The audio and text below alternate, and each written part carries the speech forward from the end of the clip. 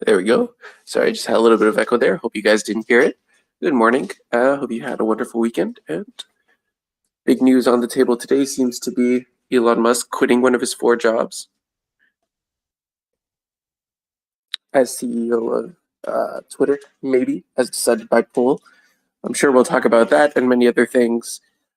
So I'm proud to welcome back everyone, our regulars, Scald, Aot, Bumble Sad, Alexander, Reptile. Welcome back, y'all.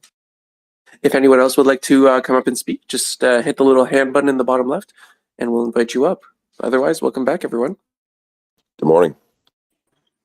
Thank you. Good morning. Good morning. Good morning. Morning. What plays, pray tell, do you have to share with us today?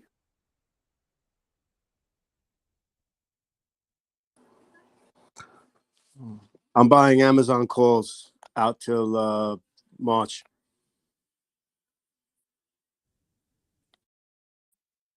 Amazon calls. Why? Fundamentally, I feel like the company's always going to be there. And by the company, you really mean AWS, right? AWS. Oh yeah, Amazon Web Services, right? Oh, okay, I got you. Yeah, exactly. I just did, if regardless if there's a recession or not or whatever, I think people are always buying on Amazon. It would be better if AWS just branched off into its own company. That would be better, in my opinion. Yeah, you've got core Amazon, which is now a logistics company that's dragging the profitability down of AWS, which is their most highly profitable division.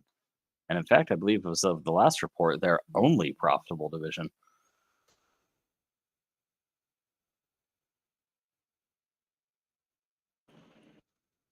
I'm just going with it because it's seems like a safe bet.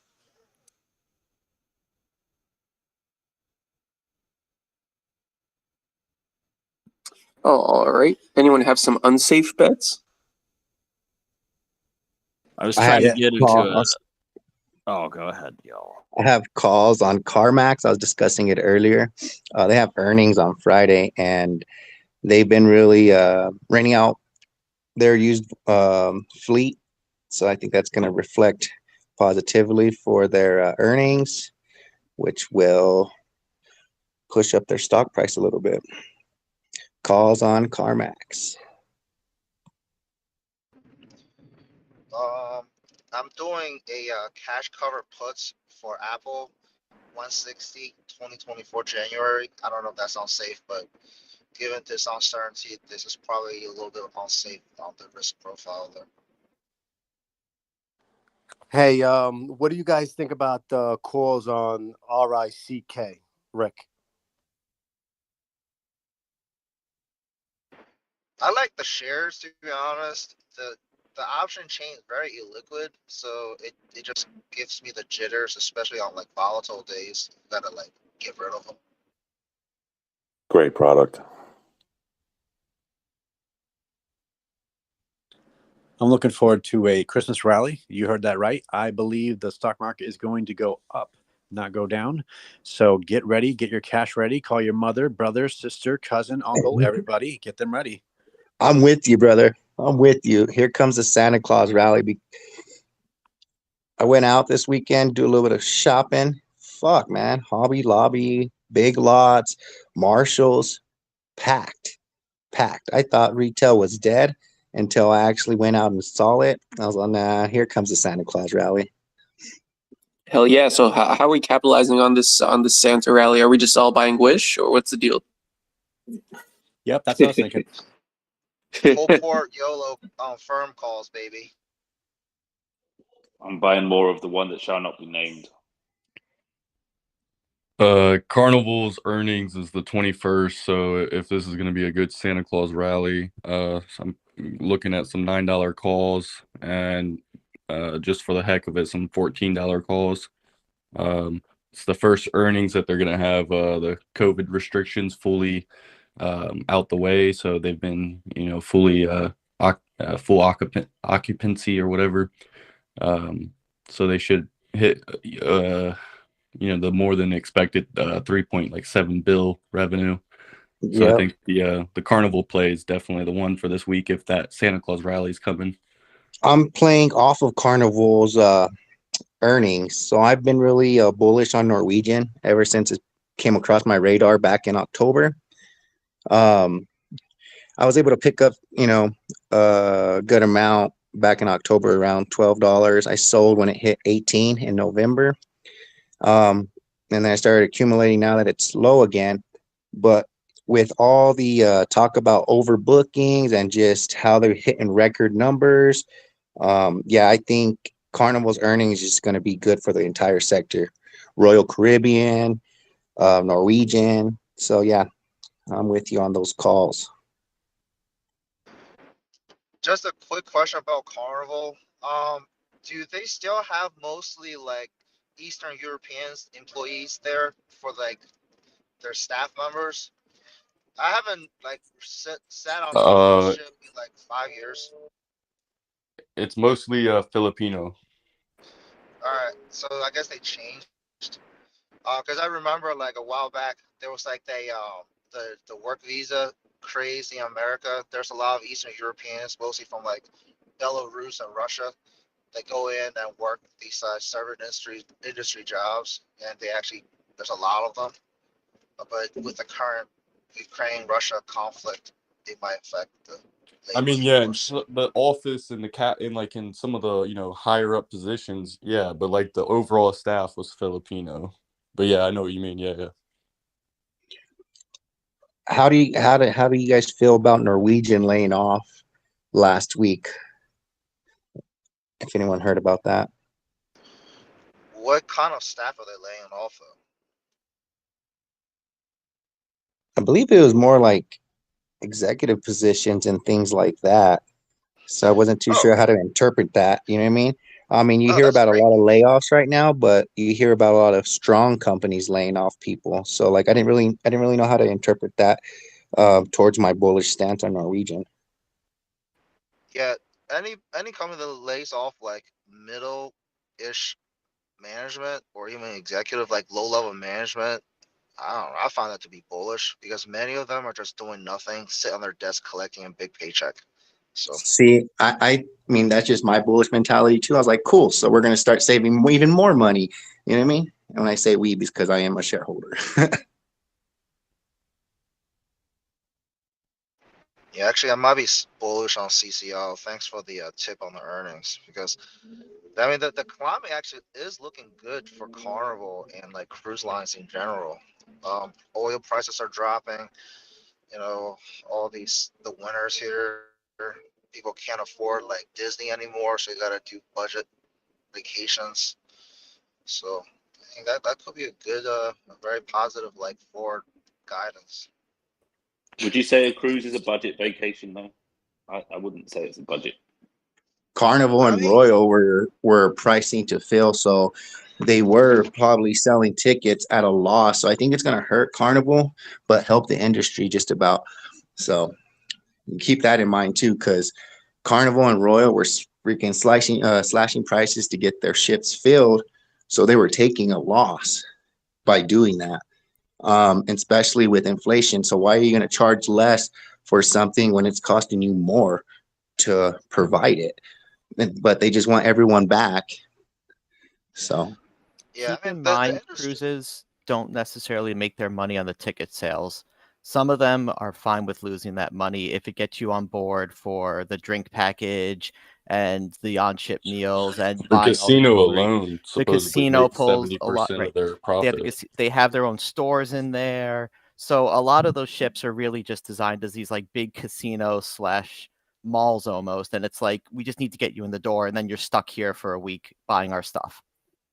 yeah, and then with just like, I don't know, people are really conservative with spending now. So as if they get on the ship, especially at a low price, I mean, they might do a lot of window shopping in the ship on the ship, but I don't really see a lot of people spending money as much as Royal and Carnival expected, because people are kind of like holding on to their money, so they are looking for these sweet deals to go on a cruise and just get out, but they're not looking to spend, too much money on the ship. But I've never been on a cruise, so I So wouldn't. I just for shits and giggles, I actually bought a travel agent license through CLIA. It's called like Cruise Line International or whatever.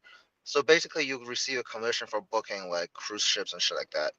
It's just out of curiosity to see what kind of commission structure they have. And since 2020, they have actually cut down significantly on the commission for travel agents to book these things. And also, there's a lot of changes on their like packages structure where sometimes you have to pay for food if you want to get like a you know get those decent sized rooms and everything. They're trying to have like very creative ways to generate revenue. I think they're just actually trying to just throw darts on the wall to see what sticks at this moment. There's a lot of experimenting. Yeah. Moving on. Anyone have any plays on FedEx? They have earnings this week too, and then especially with e-commerce being such a um, big source of shopping. FedEx. Anyone playing? I don't know. I have puts on UPS.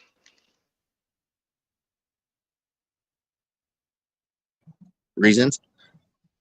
Um, because next year is going to be brutal. They may have a smash. I mean, they may have like a crazy earnings season, but right now, what everybody's looking at is what's going to happen in like the next year or two. And if everybody's going to go lean in the next year or two, like these companies are going to start downsizing, hopefully. And then these companies will absolutely need to find better ways to slow the cash burn, especially when it comes to like operational expenses. And I'm Didn't just very UPS just lay bearish. off a bunch of people too? Yeah, but I'm still just very bearish with like logistics in general. Um, because they're just so battered down, and then I mean, like, there's a big portion of UPS is also like business commerce, where it's like business to business interactions. So I don't know. Depending on how hard these businesses are getting hit due to the recession, because it's hard for them to borrow. Not recession. Let me take it back. Because of the high interest rates, it's hard for them to borrow, and it's expensive for them to borrow. It makes a lot of businesses tend to dial back on like shipping things. Um, like for example, even my office, actually, I work in the government. Instead of like just sending one package overnight, we might actually bundle up to send like several packages overnight instead of one, just to save some money. I'm bullish on all logistic companies. That's like FedEx, UPS. I'm thinking of the yellow vans that drive around. What's that company called? DHL. DHL. Yeah. Well, anyways, just because the increase in e-commerce, I mean, it's just growing and growing and growing. And then retail, I mean, look at Black Friday. I think that really played an effect on last week's drop. Is like you look at Black Friday and fucking hey man, crickets. You know what I mean? So with the shopping trend going to e-commerce for a lot of items, majority of your items, I feel like shipping and logistic companies are in a position to be able to charge what they want because they know and that it's needed. So yeah, I mean, yeah, I'd be bullish on those UPS. Amazon does own like most of that 1 mile. What was it called? The last mile service or whatever they call them. Basically, those are short distance deliveries, and they have like a lot of warehouses popping up like fucking cockroaches right now. So they may be saving a lot of money not having to go through UPS and FedEx and other delivery companies for a lot of these needs. Don't they allow like individuals to use their real cars for some of those last mile deliveries too, or some shit? I thought I saw something about that. Like personal vehicles. Yeah, like people are like basically Oh yeah, Ubering yeah. for Amazon. Oh yeah, they've been doing that shit for a while. They slap like a fucking Amazon sticker on it, and then they can just deliver these um delivery related things. So I mean, those I like live in like suburbia, yeah, and sorry. they don't do like as much. Yeah, So those last mile deliveries are going to be cutting into like FedEx's and UPS's profits because they're not having to go that last mile. Is there? right. And Walmart's doing the same thing. I mean, Instacart. I mean, a lot of like these delivery companies are cutting to that last mile. So it really depends on what kind of exposure they have. That's why I looked at UPS. Um, and I mean, I don't know, man. There's a lot of uncertainty. Even the pros have no idea, like how the Fed's gonna pivot and what are they gonna do. And this macro it's just a lot, man.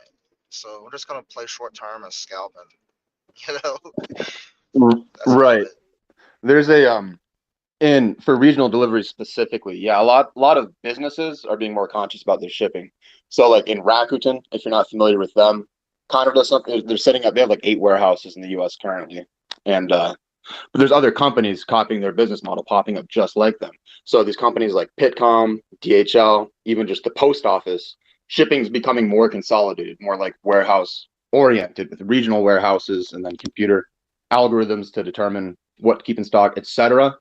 So yeah, these long country things are just going out of style, basically. I think it's not even a discussion about like FedEx, UPS necessarily, so much as it is just will things move away from them? You know what I mean? Yeah, thanks for that bit because I was kind of seeing it because we see a lot of like sentiments of like I guess customer behaviors that are trying to like be more efficient on shipping. So because I mean it's expensive and cut down a lot of costs. How are you guys feeling about Cosmos Holding? Say that again, louder. How are you guys feeling about Cosmos Holding? Oh man, that penny stock that cooked all the way up to like $20. Yeah, it's pretty down in the pre-market right now. I mean, I don't know. I don't want to touch it. I used to play penny stocks all the time. Yeah, It's it's like What's a an little emotional risky. roller coaster.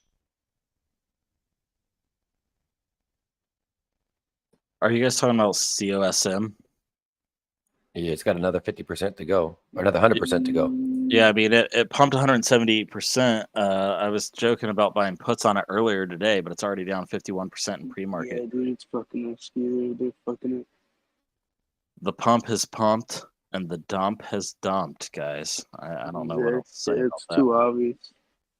Yeah, I've got 2 plays for you. The first one is one that I've talked a little bit about, Outset Medical, ticker Omega Mike. They have bucked the trend the last really 2 weeks here, kind of in the choppiness. They've actually continued to go up. They traded on good news. I think it's just an opportunity to get in early, however you want to play it. The play for today is a ticker GDS, Gamma Delta Sam. They've dropped. They had a nice pop and they've dropped back down below 19. I'm going to go short-term calls and see if I can't catch this. They typically drop anywhere between like 5 to 8% over the course of 2 or 3 days, and then they'll jump right back up 8 to 10%. So if you can pick like a January 20 call up for a few bucks, my guess is you'll catch a nice like 30 to 50% gain over the course of this week. If we go green, it'll be a nice easy return. Again, that's What's the ticker GDS. symbol? Yeah, Gary Delta Sam. Yeah, GDS.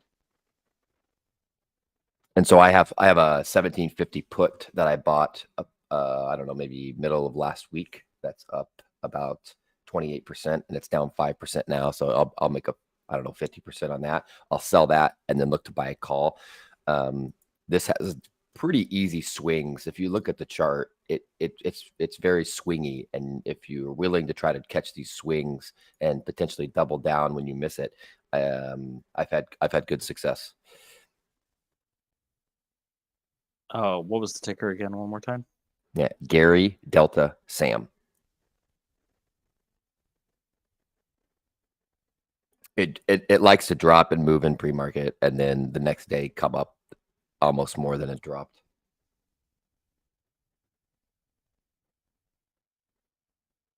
And I would say it's still on a nice little channel. If you look at like the 1 month chart or even the 3 month chart, it's kind of had a nice bounced off the bottom and has come up nicely. And so if you could just play this channel as it kind of bounces back and forth, it's a good opportunity. Make a little money. So SPY was down over the weekend, about 6 hours before market opened. I should say before the show started. The SPY was up, and now it's down 43. The VIX was only up about 17 cents, up 20 cents now. I feel like there's going to be a reversal, and SPY is going to be up today. Tesla stock's going to go up. Maybe Apple will assist with that. Any contrarians to that point?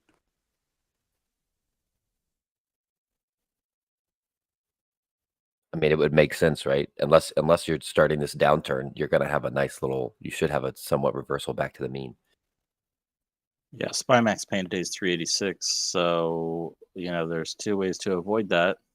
One is keep it below that, and the other is to pump it.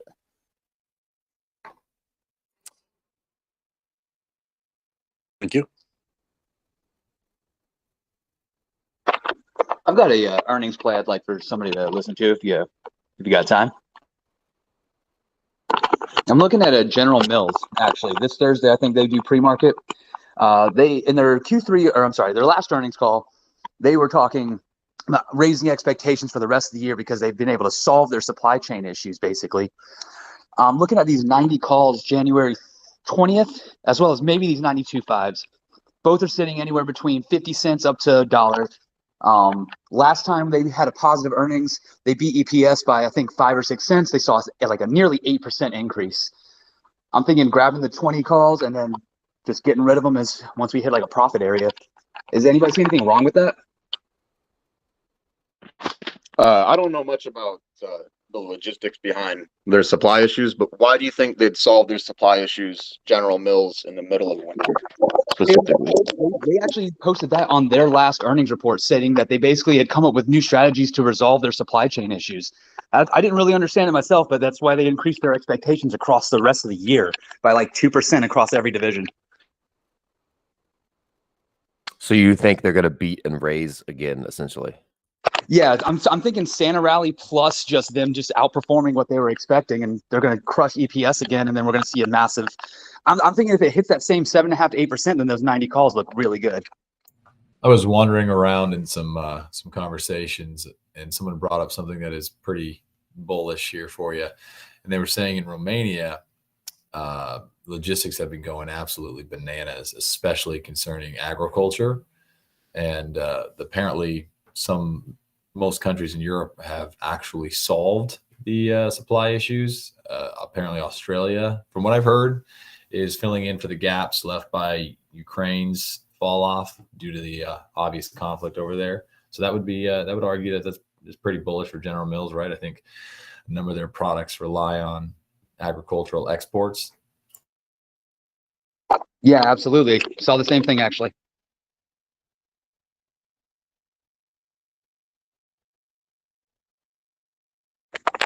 All right. If anybody has a bearish take, please let me know. Is that a short-term play? Are you playing that short? Yeah, I'm going to probably get in sometime today and then just wait till Thursday and try and just get the fuck out as quickly as possible. So you're expecting that they're gonna have a rise. What is your actual play? I'm sorry, I missed it. Yeah, so I'm looking at these. They're Jan 20 calls, but I'm looking to bail out of them once we get a pretty decent rise. I think we're going to see another 7.5-8% increase based on EPS. And then I like looking at their previous report or their previous action after quarter announcements. It kind of does that 8% rise, and it kind of settles again, and then it just stays flat for a little bit. So I'm basically trying to get out before it settles again.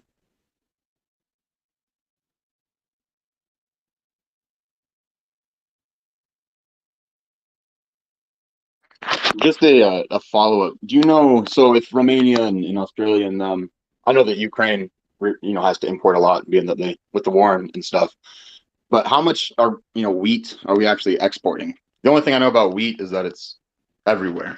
You know what I mean? So will that alone actually impact the supply issues, or do you think they're just trying to bump up their stock?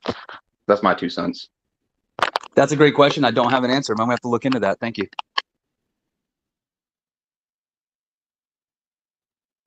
Hey, I just want to go back to cruise line just briefly. Anybody? Man. I know. Just I'm briefly. just Anybody heard joking. of the Ritz-Carlton Yacht Collection. Oh, what? The Ritz-Carlton Yacht Collection is run by Marriott, Envoy Marriott, the hotel chain. And basically, it's like I posted on the comments. Basically, it's like cruising for the ultra rich or people who don't mind spending like $100,000 for a cruise trip, and it looks dope as fuck. What's the play? I think he's bullish, but I doesn't. Yeah, what's your specific? Well, all right. So the play is like if anybody are bullish with like Carnival, might as well put, you can also put Marriott in the mix too if you want to play as like a bullish cruise. But because their cruise ship looks legit. Is that what you said? No, because ultra wealthy are much less insulated by these kind of environment, and they're probably gonna rub in our faces and post Instagram posts about how great these things are, and makes us, jealous, I guess. I know it's already been discussed, but with the recession and COVID restriction, most countries are laying off of all of those restrictions. My understanding is, hotels and carnivals and other kind of conspicuous, expensive entertainment like that is supposed to be, very bullish for it. People who didn't have the opportunity to spend their money on those things, so now a lot of money is being used to get those vacations out of the way. But I mean, what's a specific play, like, over what term? I'd be curious to know what specific term you're interested in, because my understanding roughly is that January 1st plus 30 to 45 is going to be an unrealistic low volume period because of tax harvesting. But that's just, I could be wrong.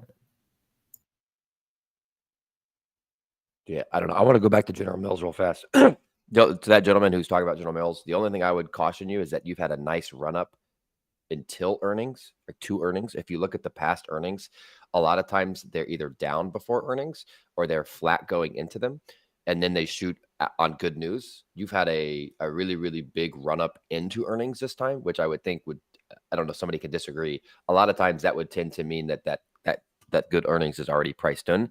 And it might actually be a good opportunity to sell calls on the top, or if you like it long term, do kind of like a buy right. You could do kind of like a calendar spread, or something where you can take control of that volatility. Yeah, I'm actually taking wheat puts, $6 puts in February, because the Australia crop is just absolutely ridiculously strong. Russia has filled all of Ukraine's African orders, and American wheat has no place to go. So I'm doing $6 puts for February on wheat. Whiskey Echo Alpha Tango.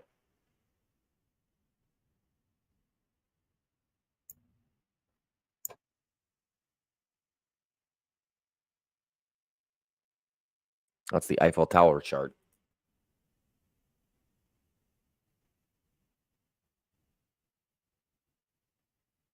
Yeah, pretty much a regression to the mean. Have we talked about Carvana yet?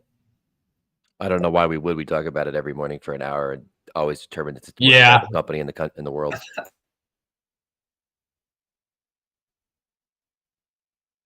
Die Carvana. Buy puts. The interest is looking insane though. Isn't it like 47% or some shit on the free float?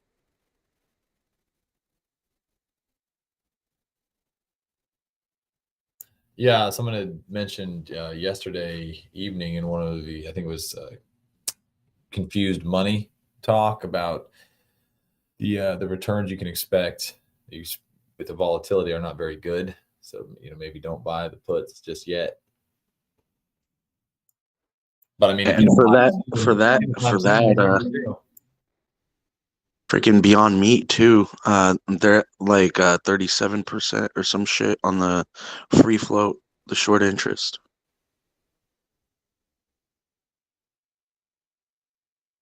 So we do Did have a comment Meat play. Go replace ahead. their sorry, did Beyond Meat replace their CEO after their previous CEO bit off that dude's nose? Like, is there another person at the helm already, or are they still searching? I think it was their CFO that got the Hungaries.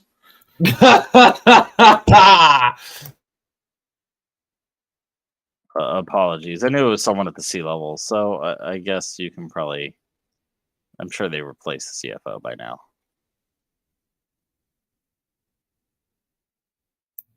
What a bizarre phrase though, that the Beyond Meat chief financial officer bit somebody's nose off. Yeah, that's a next level for sure.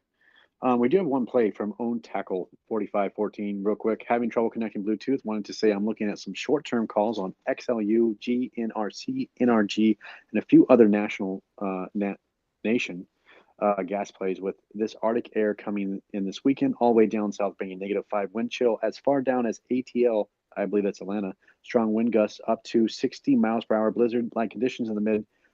Wheat, which should say West, Ohio Valley, Christmas Eve. So maybe play short on Jets, ETF, as well in the events of lots of flight cancellations. Would like to hear if anyone has any ideas based off this. Thank you, he says.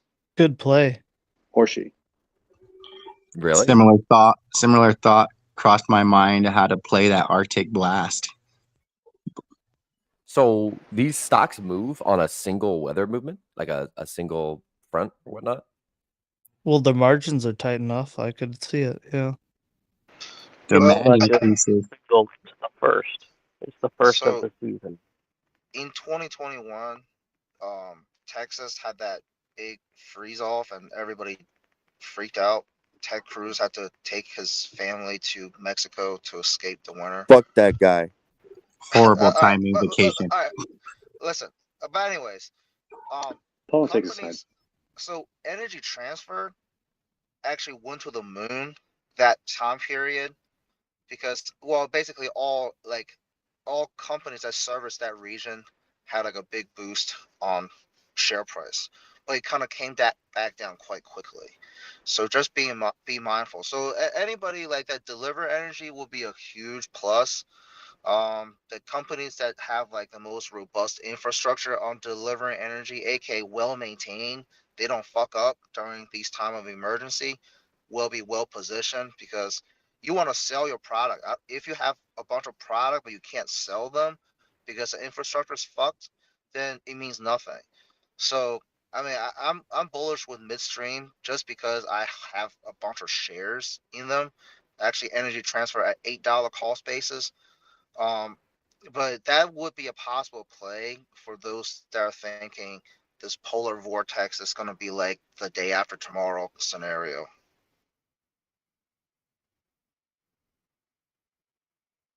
It's a little bit too far. You're saying it's gonna be a day after tomorrow storm.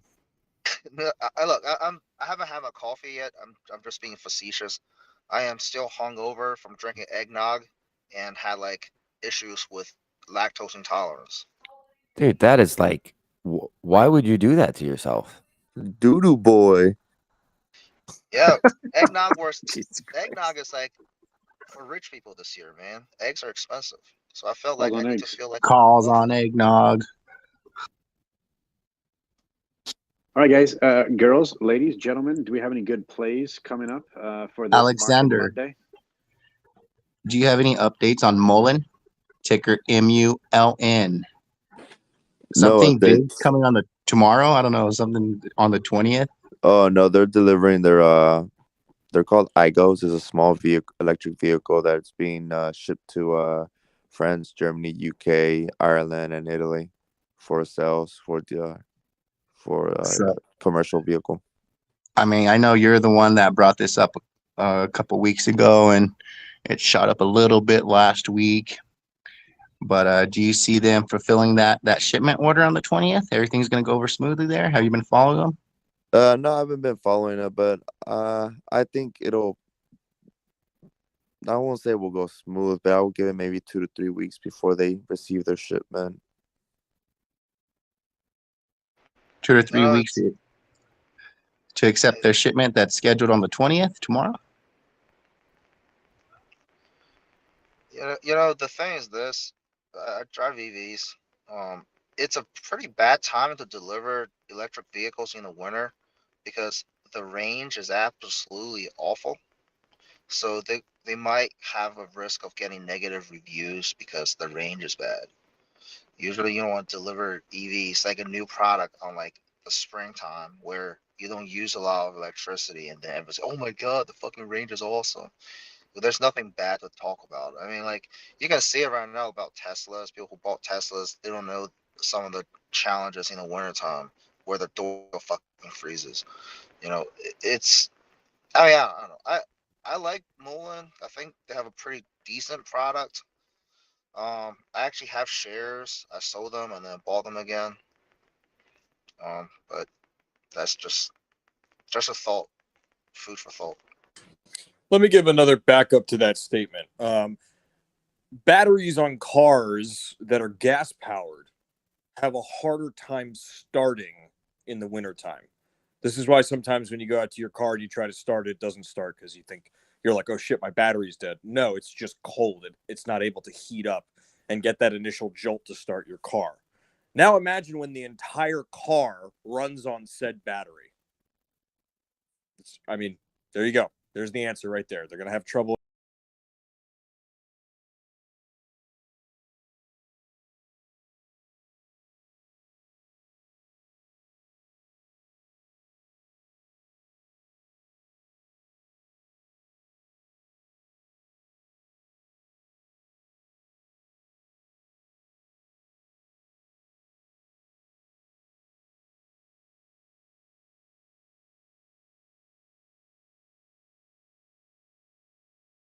Tesla app 4.14.0.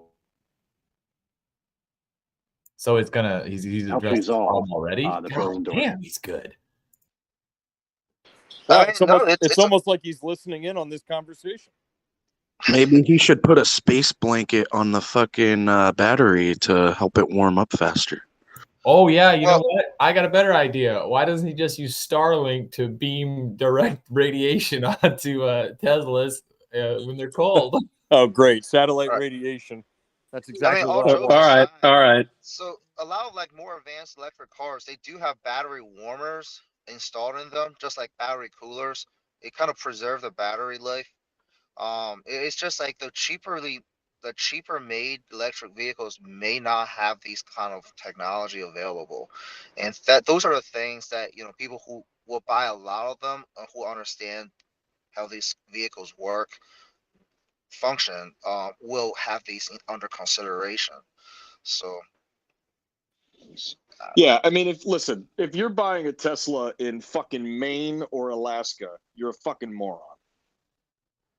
Yikes! Easy, man. Easy. Can you explain what you mean by that?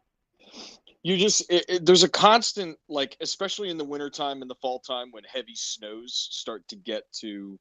I mean, like, I don't know if you guys have ever been up to Maine or Alaska in the wintertime, but they get feet and feet of snow. I live someplace that gets that, and we have electric vehicles here. I was just going to ask opinion. Is there any electric vehicles in Canada, or people just say, no, it's too cold? There are electric vehicles. Basically, what Nelly was saying is that we're in like a cusp of like mass market adaptation of electric vehicles. People who are just buying in the past 2 years actually do not have a lot of experience running these vehicles or maintaining these vehicles. They're hearing from the hype. So, like many shoppers who rely on the internet to get information, like they're gonna turn sour immediately on like shills on how bad electric vehicles are in the wintertime. But there are ways around it. All right, we're not saying that like don't get electric vehicles if you live in the north. It's like you're gonna have a hell of a lot, like your expectation of what electric vehicles are in the wintertime are vastly different. They're not gonna drive as normally as you would expect, say in the winter or the fall. But in the wintertime, if the roads are slippery, if you have like fucking a million torque on your vehicle, you're gonna be sliding like a fucking slip and slide. That's one. Battery maintenance. All right. I currently have a leased Chevy Bolt that has 240 miles as EPA estimate. In the wintertime, it's gonna get about 190, 180. That's the Yeah. fact.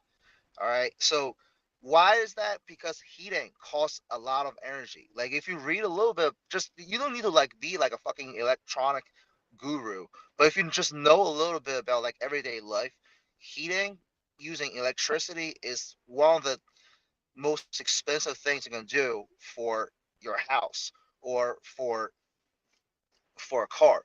Like it's considered efficient because 100%, almost 100% of electricity goes into heat. But the problem is that you have to kind of convert into many different things before it gets to heat. So Let me that's Damn, retract. coming in with those facts. Yeah, let me retract what I said. You're not a fucking moron if you buy an electric vehicle up in Maine or Alaska, but until the infrastructure is in place to make the roads more adaptable for electric vehicles in winter weather driving, like we had a conversation before about infrastructural, heating the roads, running lines underneath the roads and having them heated. Until things like that start to be a major move across the nation, the colder areas of the country and in Canada as well, electric vehicles are going to perform extremely poorly in. Yeah, I mean, Yeah. yeah, I mean, what if you look at the iGo? I'm looking at the stats here.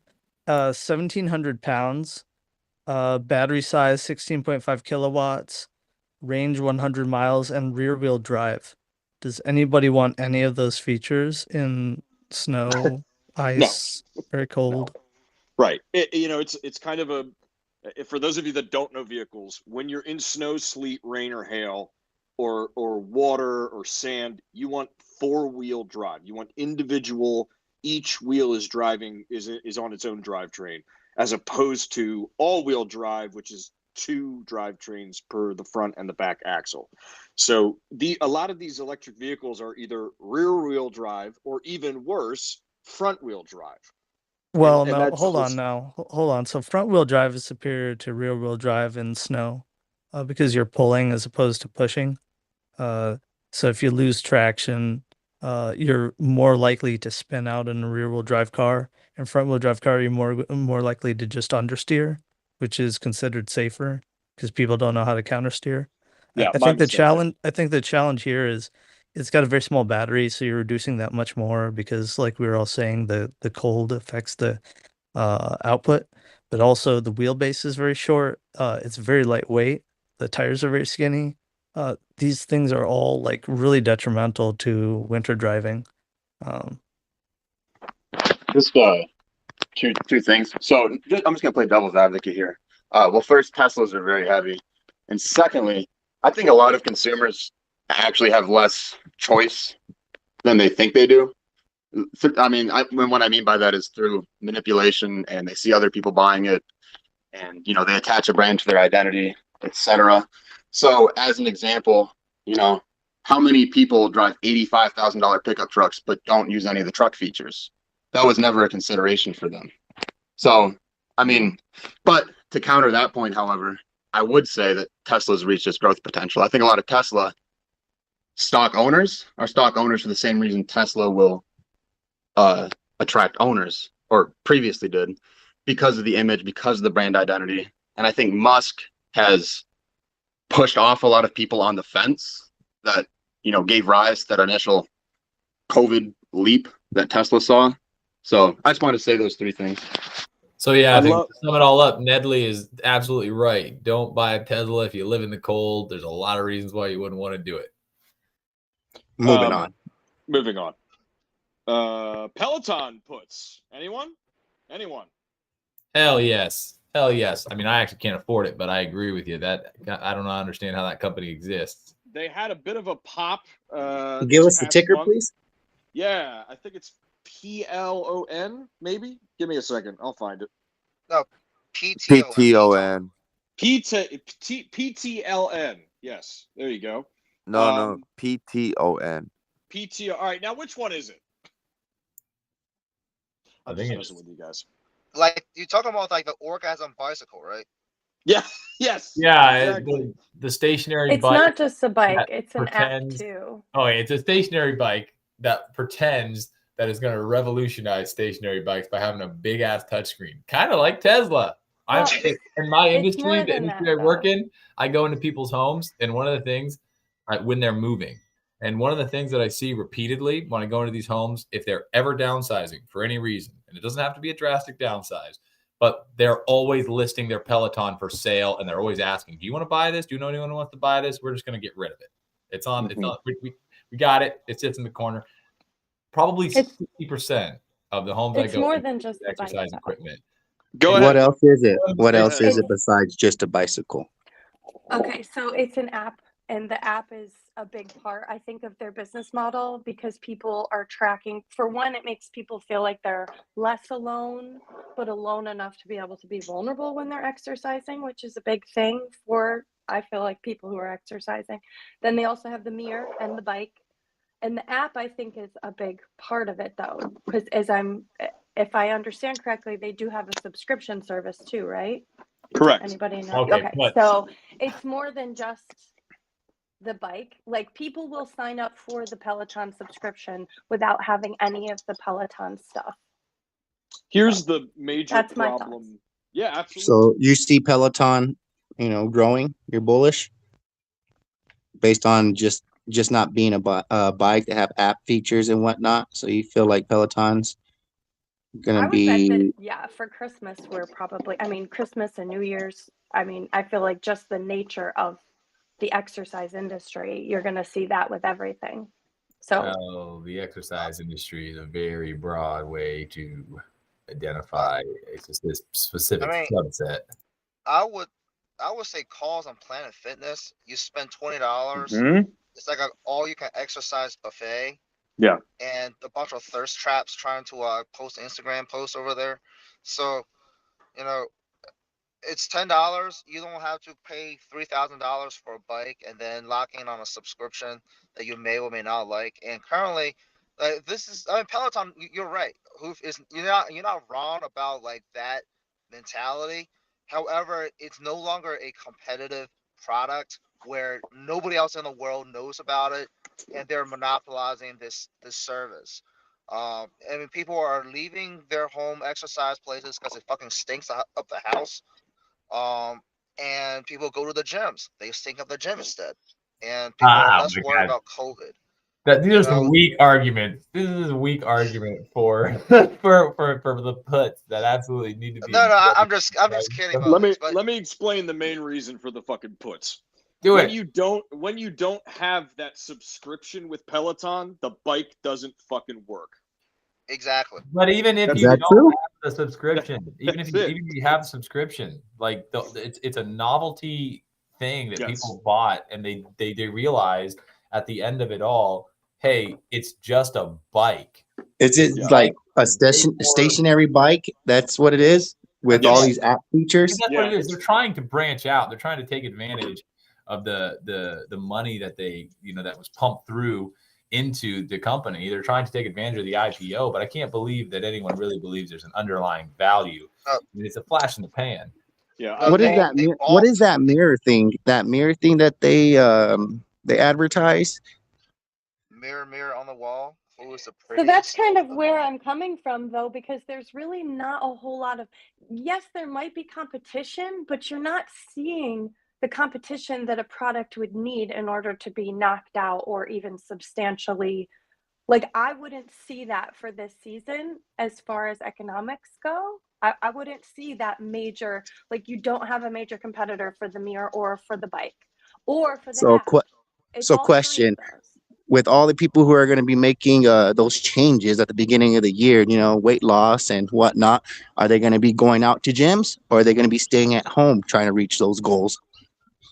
Well, from my perspective, from somebody that lives the way that I do, a lot of people don't have time to leave their house, so it gives them that option without having to take the trip to the gym. Which Those people for some usually people, quit by the end of January, anyways.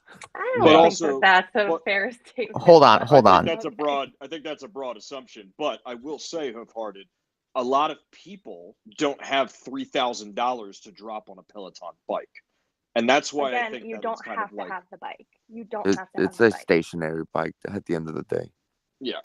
The mirror right, is Lululemon anyway, and while Peloton is $3.6 billion valuation, it's too much. So so I'm somebody gonna mentioned back up Planet Hoof for a second. I'm just gonna back up Hoof for a second because people oversimplify. I'm actually not super bullish on Peloton, but people oversimplify it as, oh, it's a bike with an iPad. It has its own network of trainers and stuff that you get through that app, and that's not like super available on other things. I mean, so there dude, is more but- to it than just like, oh, some company just buys a bicycle, slaps an iPad on it, and now they can undercut Peloton. There's a lot No, more I'm to seeing it. I'm seeing Peloton offering a lot of personalized, interactive workouts at home. anyone who wants to invest and expects Peloton to improve in its valuation, they expect an investment to reward them, needs to go onto their Facebook marketplace right now, go onto Craigslist right now and search for Peloton. Okay. Go tell me that's a company that has a product that people buy and feel like their money was well spent. They turn around and they sell it because no matter what, the trainer doesn't replace the person in your head that says, hey, I'd rather not get on the bike today. And it's going to be fun. You're going to get it and you're going to make a commitment. But just like the New Year's commitments, just like the resolution to do better, life happens. I see them go for anywhere between $850 to $1,500 on Facebook Marketplace right now. But look at the volume. Look how many of them are available near you. Yeah, it's a lot of them. If you go look up the Peloton app subscriptions, it's definitely gone up. But definitely when people just think Peloton and they go straight to the bike, I think Peloton is trying to get away from that image because they did get a lot of injuries on that bike. So yeah, I think Peloton's in the transition stage where they're getting rid of their stationary bike idea and becoming more of an interactive personal trainer. So I'm actually looking at buying some calls at $12 strike price. Really great. They're at 25 cents right now pre-market. The Delta is 25 cents and the Gamma's at 19. I mean, it's something to think about. I've been trying to think about plays to do at the beginning of the year. I know I have some puts on some companies that might take an effect on a lot of people's New Year's resolutions. But Peloton is something to look into because, I mean, if they could get the masses to differentiate Peloton and the bike, I think they could actually start developing a pretty good customer base who's dedicated to working out, but don't want to go to the gym and exercise in front of all these gym fucking rats who are grunting and whatnot, or just they have some insecurities themselves. You know what I mean? So two things bouncing off that, my friend. I do think, and to back Hoof up and Rat up, I do think that you're going to see a pop for December and January with them. I'm not saying that they're not going to have that. People are, like we've said, Monster, they are going to go out and they are going to buy this bike for the holidays. Absolutely. What I'm saying is that I am long bearish on Peloton because I don't think that they are easily going to escape that attachment to the bike. I think it's going to take a huge marketing and restructuring campaign to get away from that connection that people have built up in their heads that Peloton is the stationary bike with the touchscreen that gets you all this other shit, right? And regardless of that, is it like Meta? Is it like Meta? How they rebranded themselves? No, this is not at all like no, Meta. I'm just nowhere being near. facetious. Oh, yeah. Right. There's no way. But to your point, Nedley, it's more than that. You know, the only thing that has been offered as a reasonable explanation for why you should be bullish, short or long term, on Peloton is that they're going to be able to successfully pivot into offering some kind of application that is going to, link you up with a network of personal trainers and other individuals who are like you.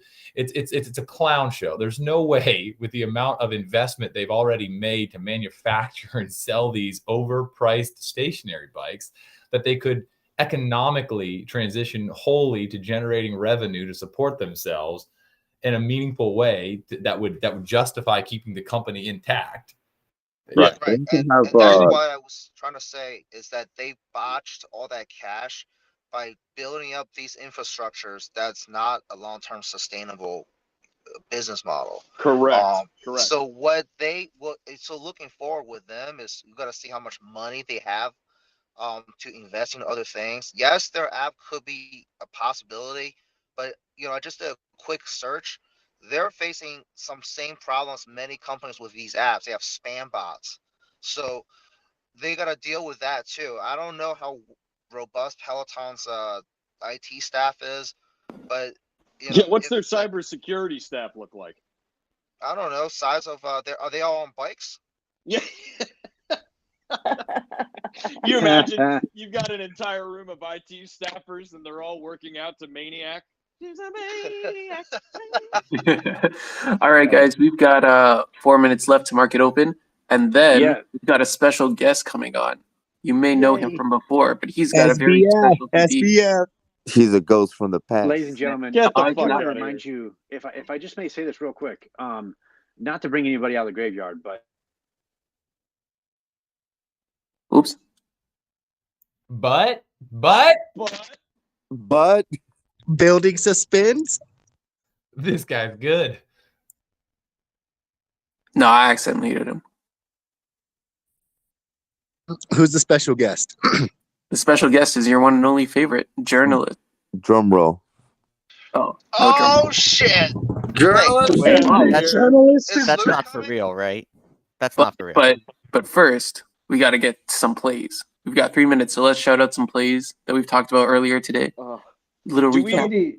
Somebody mentioned Planet Fitness. Does somebody have a play on that one? I'm I interested, think that's but a bull. 50 Calls on Cent Planet strike calls Fitness. on Yeah. 2024 Mullen. I don't like Planet Fitness option chain. I always play them, but they always they have like a $100-ish like discrepancy. So you might want to tread carefully with the option contract. You want to find like the highest open interest strike prices to play, because generally that's the highest probability of getting out at like a decent fill. That's one thing. Like I see a lot of people like saying, "Oh, look, play the option." So well, that's good, but like making sure like that the option chain and the strike price are liquid is a pretty good exit strategy when you're So you got planning on. calls on Planet Fitness? I do have calls on Planet Fitness. I'm Nice. probably actually it's a January 20th. I'm gonna look at what I did, but All right. Any other thoughts? I have calls on Norwegian, strike price 15.50. Let's see how it goes. They expire at the end of the week. Next play. Ooh, Oil. anybody have a Canada Leveraged Goose? oil. Calls on Mullen, strike price 50 cents, all the way down to 2025. Anybody's take on oil? That's what I'm doing right now. I'm leverage ETFs on oil. Calls or puts? Calls. All right. What else we got? December 30th, 175 puts on FedEx. Beautiful. Can you explain the FedEx puts for me just a little bit? After market opens. Any other plays? Triple Q puts 270 strike weekly. Write down the plays you guys are interested in and then ask questions after market opens. Oh, PBR calls or shares. They're looking very delicious right now, despite of the geopolitical in Brazil. 5 seconds till market opens, boys. I got calls on Ball, aluminum company. Does a lot of big things with Red Bull, other big companies. Calls on Good Wendy's. luck. Good luck, Blip Blops. That's market open. And there it goes. All right. Let's quickly do first reactions to market open. Anything big moving, and then we'll get to the FedEx question for Sir Hunter stock, and then I think journalist dollar weakened again. The UUP puts, if anyone's on that trade, they're doing pretty well. I don't know why. I don't know why the dollar's soft. I don't know. COSM is down now 60%. Norwegian plays not looking good. It dropped this morning. It was up pre-market. The grind is almost up 2%. Tesla up 2.5%. Yeah, it looks like Tesla's trying to make a little push. Hexo's up 1,700%. That's Wait, a I'm weed sorry. company, right? Hexo. What's that Texo? What's that ticker? It's HEXO. Cannabis, correct? Yeah. It looks like it's up 4%. Excuse me. I have some puts on Lucid that expire a couple months from now. Lucid's going down. It's down 16 cents. All right, remember at 9:37, the market's probably going to change momentum. Yeah, you're probably. I think you're right. I think you're going to see a switch. I'm hoping to see a switch. But why? Oh, because I'll probably cash out some of these puts and then hopefully these calls pay out that just expire at the end of the week.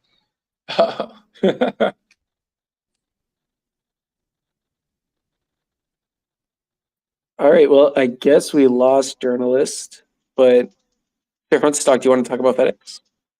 Yeah, please. Yeah, so I mentioned this, I don't know, maybe Can you 2 repeat weeks the ago. play? Yeah, it's puts on FedEx 175 strike. I just closed out. I'm up double on them, so I closed out half the position. I stick to Hardy's whole mentality at half, closing out half on a double. But I'm pretty bearish on FedEx. I just think it's possible they have decent earnings come out with what's coming up tomorrow, but I just think with everything layoff wise, what I'm seeing in terms of the shipping industry, it's not looking too good at present. Yeah, they tend to be really dire when it comes to their forecast and stuff like that. So I would look for an overall sell I'm off. up like 70% on some cheap ass carnival calls, far out the money. Very Just nice. playing. Peloton is down 2% this morning. Moderna is up again.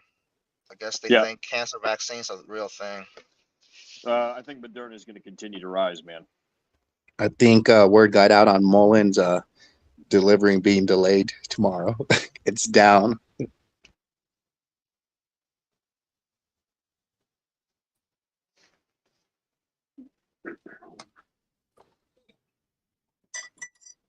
I'm gonna throw in some QQQ 269 puts. They're like $27 a pop, which is actually pretty good for QQQ on a 0 DTE. This is purely YOLOs.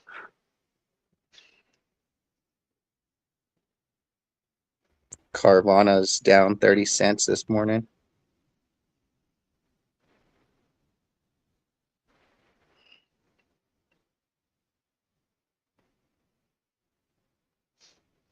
Whoever was calling for that reversal did a pretty good job.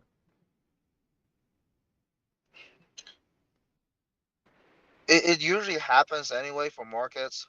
At market open, it does something crazy and then like generally settles down mostly by 9:37 ish. Because there's a lot of like limit orders and limit sales by during that time. So once that settles down, you generally see a change in momentum. It's not an actual change. It's just basically market actually normalizing, and you'll start seeing the general trend of the market at least by 10 o'clock. And then 10:07 is another, possible change. Did we ever decide on a date for Carvana's bankruptcy for their like full liquidation? I know we're like we all see it coming. I mean, we can see them Hopefully this week wholesaling their sometime. vehicles. Fuck it. Hey, wait, let's look at that. I got puts expiring at the end of the week on Carvana. But yeah, in all seriousness, I might I'm even roll. projecting February or March. Well, is there any benefit? Is there any benefit to the people who have controlling interest in Carvana to wrap this up before the end of the year? Absolutely not. No, I think that they're going to try to get. Like, don't get me wrong, right? They're liquidating. We can see that they have their cars and their trucks and their high-end vehicles, like their Camaros and their Dodge Chargers and Challengers and their Ford F-150s. They have them on auction currently. They're for the highest bidder. They're going to wholesale vehicles because they're getting rid of their stock as fast as possible. They're not waiting for people to come test drive them and do the I forget how long it is, like 30-day trial that you can have, and you can return it and trade it out for a new vehicle, whatever that bullshit is. They're not focusing on that right now. And I think that with the new year, with January and February, I mean, I think they're gonna tank to like $1 a share. That's just my hypothesis with the climate of the economy and where we're headed with inflation, and also what they're doing behind closed doors with that company. Yeah, and what's happening generally in the used car market, as far as I'm aware, is absolutely massive downward pressure on Carvana. Absolutely. Yeah, Yeah, what I think that they'll claim bankruptcy once the car prices come down, because at that point they're going to be sitting on a bunch of inventory that they just lost like 10% on. Yeah, that they can't possibly move without taking such a huge haircut on it. They're going to have to. Right. Which is also the reason, right, why they're liquidating their stock right now at auction, right? Because they're going to wholesale car buyers and they're saying, okay, They're liquidating their inventory at auction. Why are they? Tell me this. Why were they still advertising during the FIFA World Cup? Down here in Florida on YouTube TV, they had advertisements going still for. Well, I mean, if the ship's going down, and there's a limited amount of lifeboats, you don't go and tell everybody the ship's sinking. You tell everybody, hey, tell the band to keep playing and make it good. So they opened up 2 new locations, one in Denver, another vending machine there, and then one in Oregon. And this was last week. I was just reading up on them. I would have no idea why they would be opening up 2 new locations. I don't know. So, as Monster just said, right, if the ship is sinking, don't let people know the ship is sinking, right? If they're going down. So a simple PR move, those 2 openings. I want to make sure that's clear, because he just talked about, the car thing's opening. The money, the contracts, all the materials, everything that was necessary for them to open those locations was done 5 years ago. It was done well into the past. They signed the ink drive, and that construction has been ongoing. So they might have just opened it now, but what was That the makes choice sense. that they had, right? Yeah, it plus only if makes you them look worse, and it expedites the crash, which it sounds like the reasoning we have right now is they're going to try and push this out farther. They don't want to end. I mean, I was just wondering, the only way I see them going into the next year is if there's no reason for them to crater here before the new year. And I guess there's not a reason. No, their lenders have a 30-day cooperation agreement, which is going to expire like first week of January. And so we'll see if at that point the lenders came up with some kind of solution for them. Oh, that's right. You're talking about the agreement that was publicized where the creditors came together and said, hey, we're going to cooperate so that we They're can. not going to be infighting. So they're going to work together and they're going to see if they can come up with something. And we'll know probably first, second week of January what the result is. So maybe some puts ready at that point.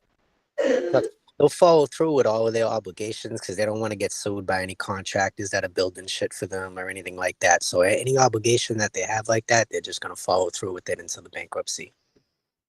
Is there anywhere where there's like a compendium or an index that tries to list the priority for the captain of a sinking ship, where you're going, okay, so we've got contractors who are going to sue us.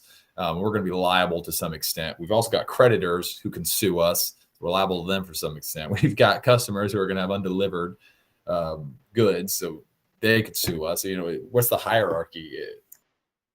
Creditors go first, and then there's certain types of creditors, and then it would be like the contractors and everything else because they could place liens on the physical properties and other aspects of the business. And then, and then I think it comes down the to IRS always gets their cut first. Yeah, and then exactly. The IRS is always going to make sure they get their cut first and foremost. Yeah. So whatever they owe the government is going to come out. That big chunk is going to come out first, and then whatever's left of the company is going to be handed to the squabbling, the unwashed whores. Yeah, plebeians that are outstretched hands looking for food. Sometimes too, you could see certain shit going on depending on like if the creditors are trying to position themselves ahead of others. Sometimes you'll actually see like lending ramp up by these creditors because they wanna be owed more than the next creditor because that puts them ahead in the line.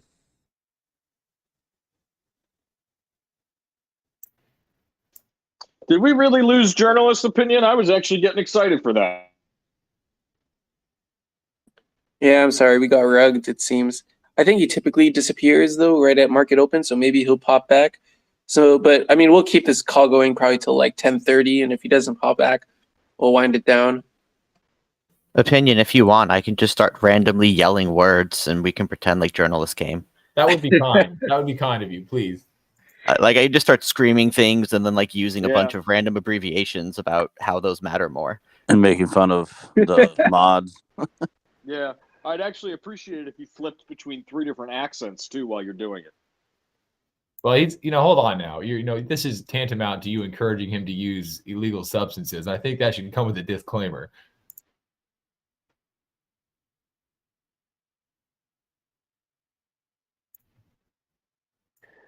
No. We don't want any of that. Poor journalist. Anyways, I'm sure he'll be back. In the meantime, I'm sure we've got lots of other stuff to talk about.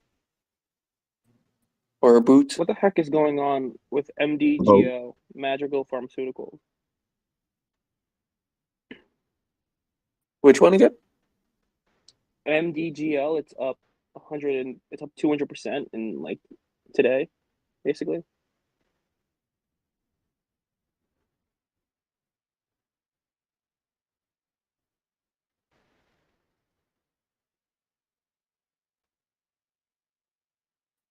Yeah, all right, I'm not finding it. MTDL? MDTL?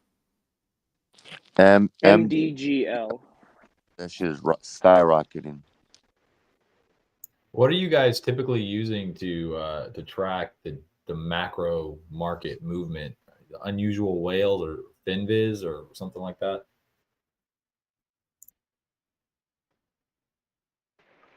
Wall Street Journal. Just kidding. It really depends. I mean, it's never good to use one single source as the way to set up your plays. I mean, it's a mixture of everything. Those options for that MDGL are really insane.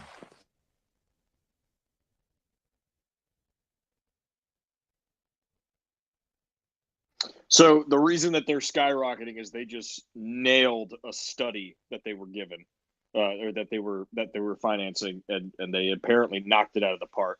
I'm doing more research. I'll get back to you in a second on it.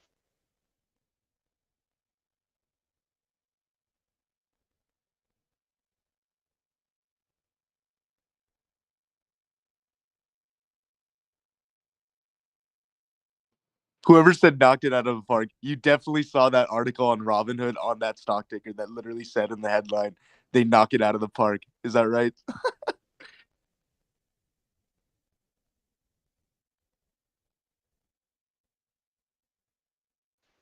Maybe. I knew it. You're on Robinhood. Ban. I think we just lost like 30 people from the talk just based on that. Might be signal to shut it down. Hey, Apple puts anyone? Is anybody looking at Apple? All right, good save. Yeah, I have some weekly puts, but I have some long-term bullish plays.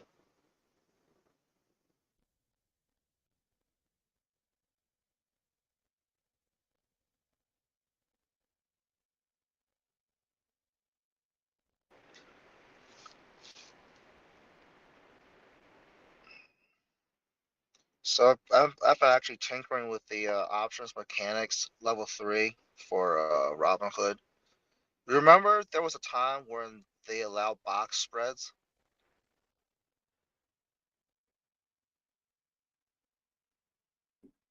Yes, the good times before we destroyed it. So you could actually do something similar to that, like a way deep in the money call put spread, and it's like a $1 difference.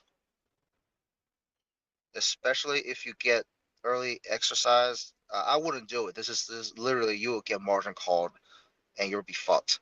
But like for example, if you do like a cash cover put for Microsoft for like $300 in like January 2024, and then simultaneously you open up like a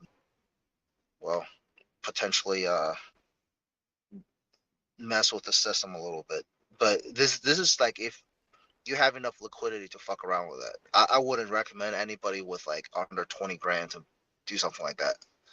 But if somebody's crazy enough, you can certainly experiment out a little bit. Did you just recommend a highly risky play that's probably going to backfire to a bunch of degenerate gamblers who are addicted to throwing money at the market? Well, My no, God, if you do sir. like a no, it's I'm a so deep in glad the I money. stopped listening.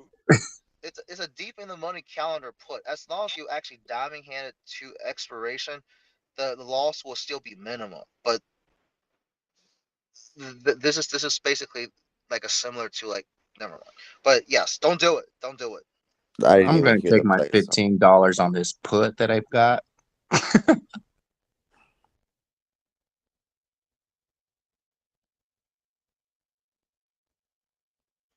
So that Madrigal Pharmaceuticals, there is a disease called NASH. It's a non-alcoholic hepatitis. So it's inflammation of the liver, and they just did a study that had positive results, the first in like 20 years. So every other company that's kind of done studies or tests have not really come up with any good solutions to this disease. And these guys came up with a study that has like a 30% improvement. So that's a huge step in the right direction in battling this thing. How many people suffer from that illness, and do you have like an estimate on how much that market is worth? I don't know how many. I mean, it's a big enough issue that it sent the stock through the fucking roof. And it's non-alcoholic, so it's for people that don't have alcoholism. So it's probably or don't consume alcohol, I should say. So I would dare to say that it's probably a pretty regular disease, regular enough that this study is important. I think what I would say is that when this study came out, it had such a huge difference over the past like 100 studies that they've actually made a breakthrough of some sort. And any sort of breakthrough in the medical field is always going to move the market the way it's being moved.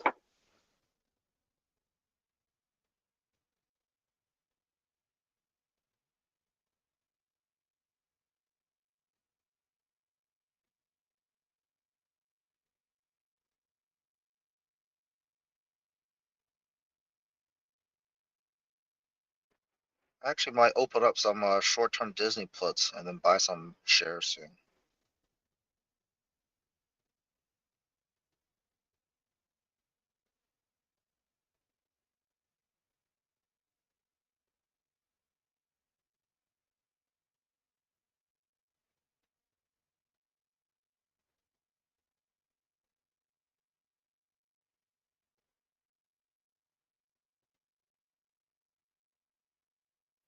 Anybody's take on oil in the current market? Hey guys, my MDGL puts are already up 60%. Cashing out, done for the day. Good shit. Godspeed, retard. Ooh, done for the day. 20 minutes in, not bad.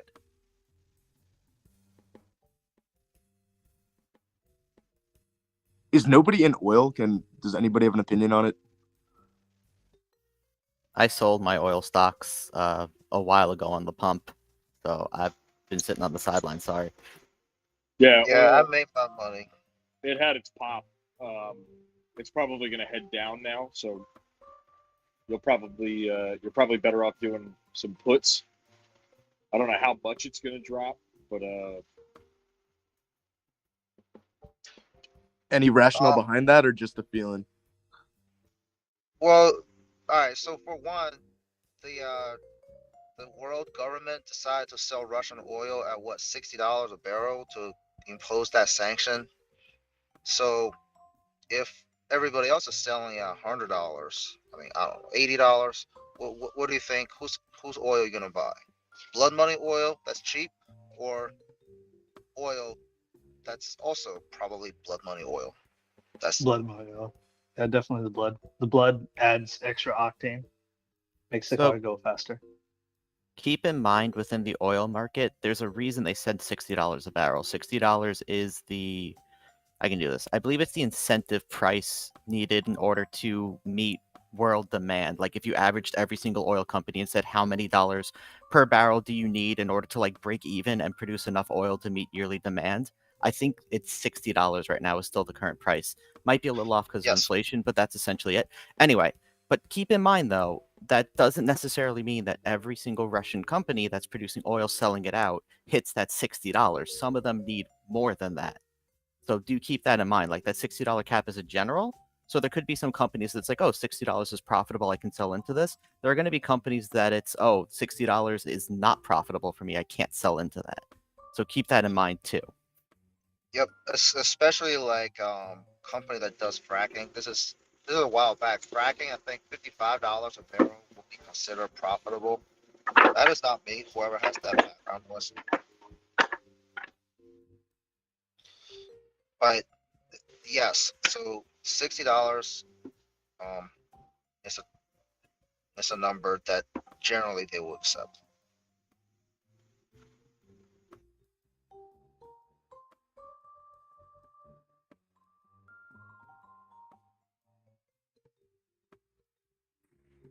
Hey guys, so a while ago there was somebody on this call saying Carnival Corporation could beat their estimates by a lot, and their earnings is due to be out December 21st, and currently their stock is trading at around 826. Do you guys still believe that would be a good play for us to hold on it, or a new investor to join in?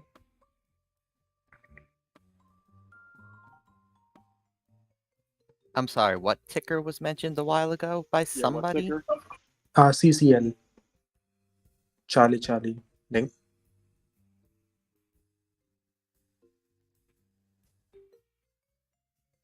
Is that Carnival Cruise Lines? Yes. Yeah, that No, was actually that's not Carnival Cruise Lines. You said CCN?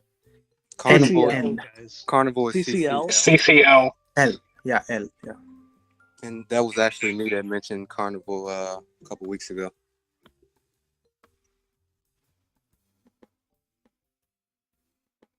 What was your question or comment on it? Right. So basically, the earnings are going to be out on 21st December. Do you guys still think it's a good idea to get into the action, or just steer away from it? The contracts are like $1 a piece, so I mean I don't feel like you can beat it. I would just go ahead and throw a couple bucks at it and see if it moves. Does the cruising industry move through seasonality? I feel like that has to be an industry that has high levels of seasonality, right? They make their money at certain periods over the summer, and then they do poorly at other periods, right? And then you just have to make sure you're matching up that chart right, and you're not buying into a time where they tend to report low. Yeah, I can't speak to that. I was mainly playing off of the COVID restrictions being lifted in August. So I was, just playing off of that, hoping that their earnings will be better than expected because more people were cruising and they had crazy deals going on over the summer, 60% off tickets, and like you guys were saying earlier, just trying to get you on the ship and get you to spend some money. Many of the leaders in that industry broke records, and that's company records. So I think Just the earn. yeah, sorry. I'm just saying I just posted a link for the cruise line travel agents. If you guys want to do some in-depth research on that. Rad, you're correct. It is extremely seasonal. You actually see a lot of launches around this time of the year. So Well, it's sure anticipation for those earnings on Carnival hasn't done shit for my Norwegian calls. So hopefully later this week, those calls pay.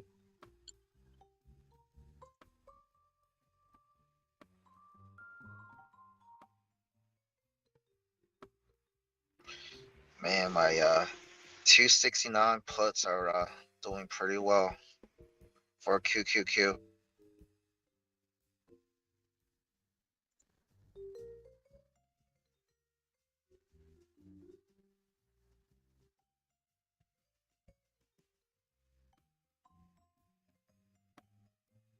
So do y'all want to hear a story about how I got some free stocks going finally?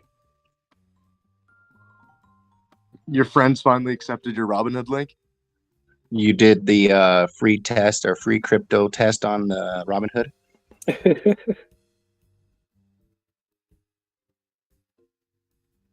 It's funny how everyone came to the same opinion immediately. Tell us your secrets.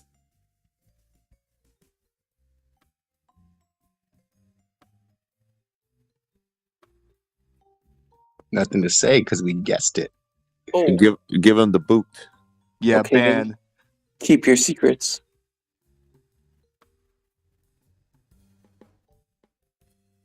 I don't know if it's just my microphone sucks, maybe.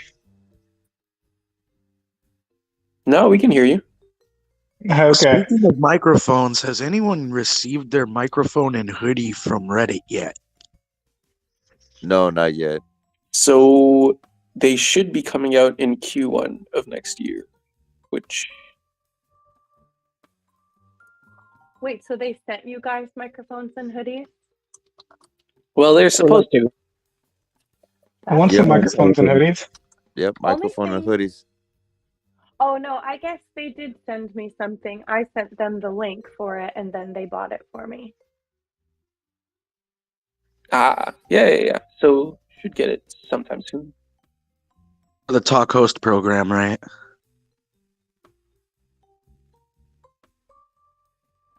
Yes, for everyone who's Wait, not this gonna familiar. be televised?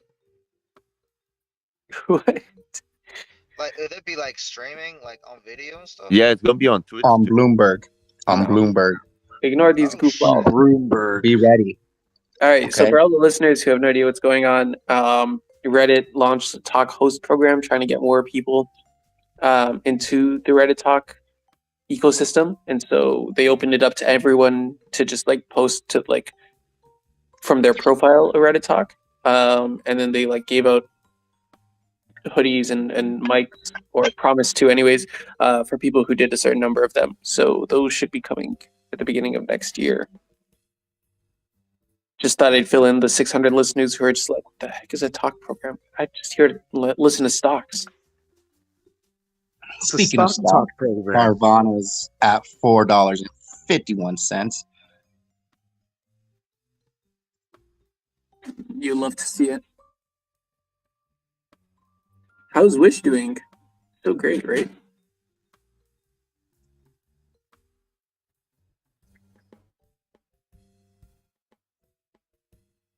Yeah, I should probably have clarified that my buy Wish joke earlier was just that. It was just a joke. It's now down like what? I think 97%, 97.5% all time. Well, I And wish if I would have known if that Wish opinion was before I if dropped Wish was up, he would have been like, "I $32,000 told you on it. guys." Ah, you caught me. Yeah. Just Playing joking. both sides. Right? I told you guys. It wasn't a joke. I told you guys. It was, but no, it's down. Wish is down. Well, I And wish then- I would have known that before I dropped $32,000 on calls. Fucking Fucking Did you mortgage your house for that $32,000? Double mortgaged it. It's a trailer van, actually. Oh no, bro! Just open a OnlyFans to pay for your option trades. I live in a van down by the river. You know, I wonder if they do that for OnlyFans. You just kind of like source a bunch of money, you just randomly put into like shit positions, just for the hell of it. Did They just- anybody see that? Oh, sorry. No. Go ahead. If I've talked like a crazy man, go ahead. Oh, you're fine. Did anybody see that post in WallStreetBets? I think it was last week. Somebody was down 139,000, and they were like, "I just took out a $50,000 loan, and hopefully I'm gonna win it back." Yeah, Everybody I see that commented one? on that. I was like, that's what we call a gambling addiction. Well, this is actually quite normal nowadays. I don't know what the credit card companies are gonna do to deal with this, but you can literally, I keep on getting mailers of like these cash transfer things. U.S. Bank is notorious with it because they send you like this little thing of like they basically drain your credit line. You just use it as check, and you don't pay interest until the next year. So, That I mean, that sounds like a dangerous lending practice. yes, it Pay is. back? That's funny. I mean, I like 0% interest. Well, I mean, there's like a 3% fee on the total amount that you take. So basically, $1,000, they still charge you extra $30. So you essentially you're borrowing $1,030 to have that money now. It's good if you know what you're doing, but generally it's very bad. Man, I'd really like to be bullish just in general, but like this whole interest rate situation's got me a little like sketched out. Like there's so many mortgages that are gonna have to renew in the next like 12 to 18 months, and how many people are gonna be way unable to pay their mortgages or their car payments or any of that stuff. Yeah, if As a you first are, time buyer, I'm actually looking forward to a lot of these foreclosures. That way I yes. could pick up a good price. I mean, I don't own a home now, but yeah, I'm definitely going to be waiting for a lot of these foreclosures that are foreseen. Um, yeah, sucks to be a new Yeah, home owner. yeah, but here's the other side of that. There's a massive shortage of housing regardless of whether. So it's just going to be like everybody moves to LA and just tents or what? Oh, I'll Give me a offer the 3D printed family. home. Yeah, I'll offer the family that's getting foreclosed if they want to switch for my apartment for their house. I'm just trying to figure out why there's an actual shortage in homes still. Like, is it really a shortage? Yeah, I don't think I'm seeing a shortage in my area, but I am seeing that people are trying to sell their houses for prices that they would have gone for in the summer. But the Yes. market is not what it was, especially since the interest rates have gone up. Like you're not going to sell your house for that much. I'm literally looking at a for sale sign in my neighbor's yard, and Hoof, they're trying to sell their house for so much, and they Yeah, haven't it's moved hoof. trying. Are They're they trying to still selling with offload. equity though? Yeah, they're trying to offload their homes before they start losing value, which is going to be the case. No, these But guys have no equity. I have no idea why they're moving. They literally just moved in last year. There's zero equity in this house. If anything, Was they're it like an investor? You definitely think? upside down. I don't know what their situation is. I don't talk to them Okay. that much, I, but I guess it The really housing, depends. oh, sorry, 10 a.m. is the housing market index for December 31st. Wait, no, 31 was the estimate. 34. Well, Jesus fucking Christ, I'm not. All right, so the report is at 31. The estimate is 34. Prior is 33. So we are still dropping housing price. yes, from the raising interest rate, from the increasing interest rates, I would say.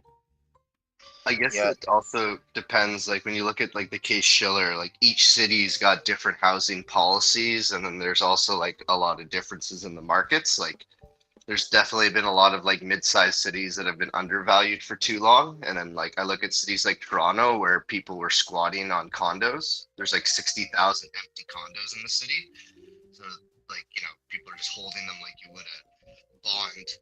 So stuff like that's kind of sketchy. That can easily flip with a policy change.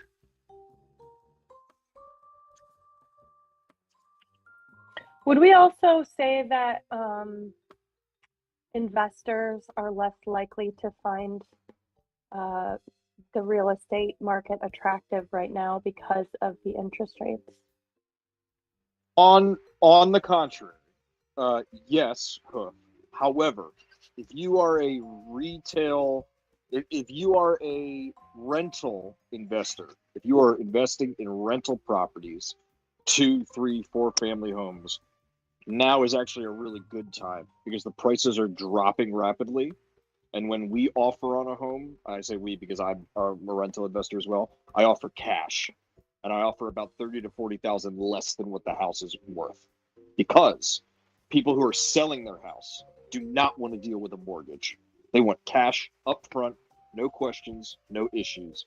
And so if I'm going to go look at a property and it's starting to go down, Zillow is dropping the price by 20,000, 30,000, sometimes 40,000 because people are scrambling. They're realizing that the market is going down. They want to get out from under the house they have. I'm going to go in and say, you know what? As is, no questions asked. Whatever shit you got in the basement, I'll take it. I'm going to give you this. And I'm going to lowball them. And 9 times out of 10, they take it. Have you been buying in this market right now, or are you looking further out, thinking that you can get better pricing? Like, what's your strategy currently? I'm looking to close on a 4-family in the Philadelphia area in the next, I want to say 2 weeks, hopefully. But aside from that, I'm looking for January, February. I think that's when you're going to see a major amount of foreclosures. A good way to keep track of that is if you are able to take a look at any CMO indexes. If you're able to find that data, look for the drop. Look for when that CMO index starts to lose a ton of money, because that's when people are defaulting on their mortgages. That's when people are starting to lose their properties. Real quick, what does the CMO follow? Can you dumb it down for me? I'm sorry. Yeah, no. So CMO is like a mutual fund, but it's for really, really rich people, and it is a compendium of mortgages across the country. Isn't that what caused the 2008 crash? You're damn right. Okay, You're damn I just wanted to I'm still learning, but yeah. So did the banks like retailer those, or they just so they're still selling those? I thought like they would have learned. Well, it's a little different now than back then. Yeah, it's much different now. There's more regulations in place. Yeah, they're not. It's not as easy to get a loan as it once was in 2008. They're not giving everybody a fucking loan.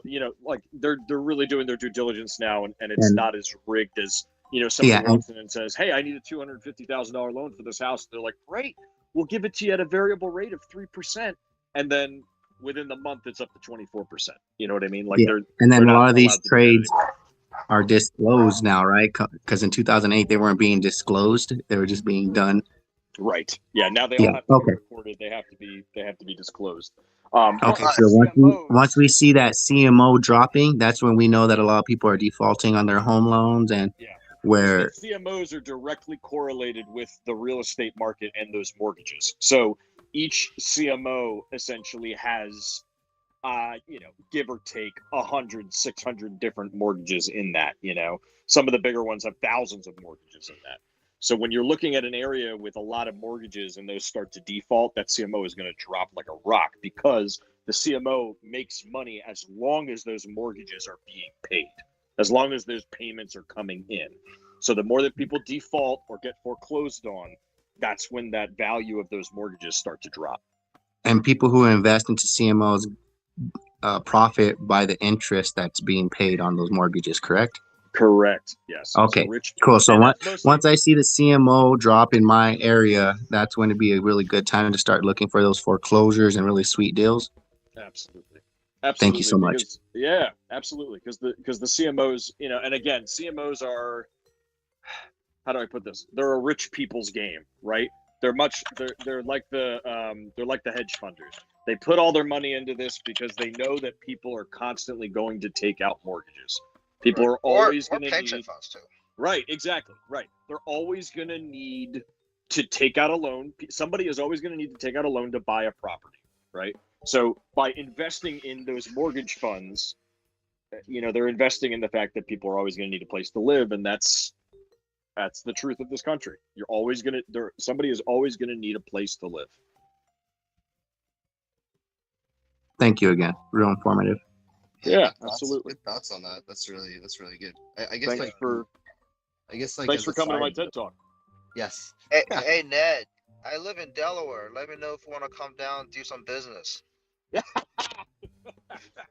I love every time I go over the Delaware Memorial Bridge, it says, "Find out why people are retiring to Delaware." Yes. Well, actually, I go, what the fuck?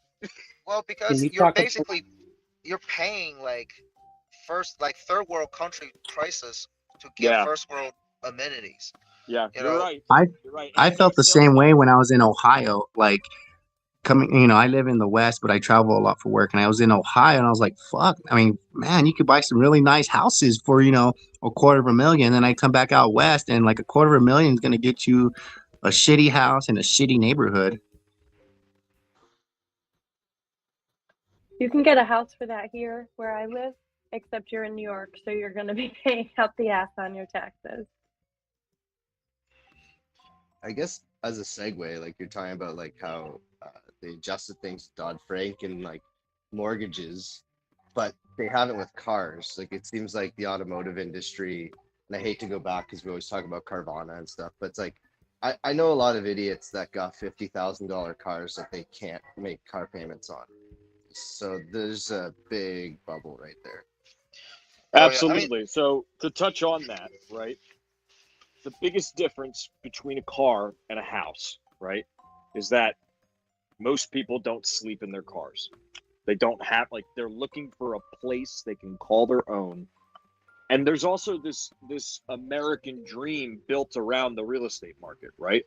What have they been pitching since the 1920s? You get your own little pot of soil, you get your white picket fence, you get the house on the prairie, you get this little piece of land that is yours. This is your piece of America. That dream, that idea has been subconsciously planted in everyone, right? Because where do you grow up? In a house. Hopefully, you're well off to live in a house.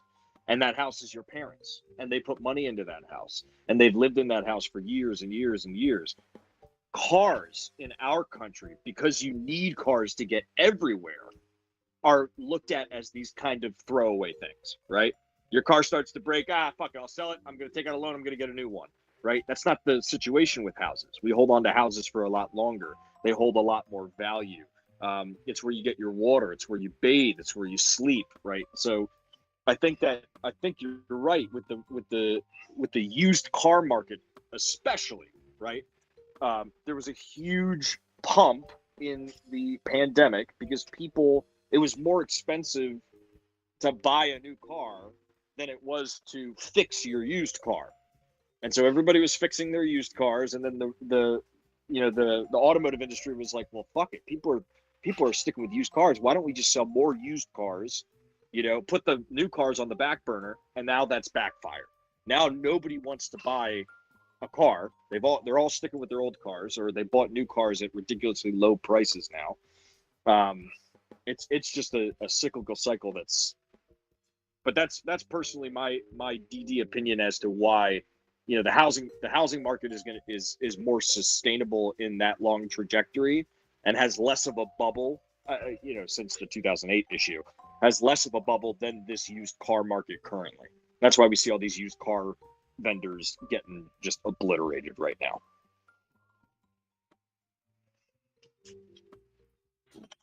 So with 15 minutes left in our talk, do we want to talk more about used car stocks or other stocks in general? Where's journalists?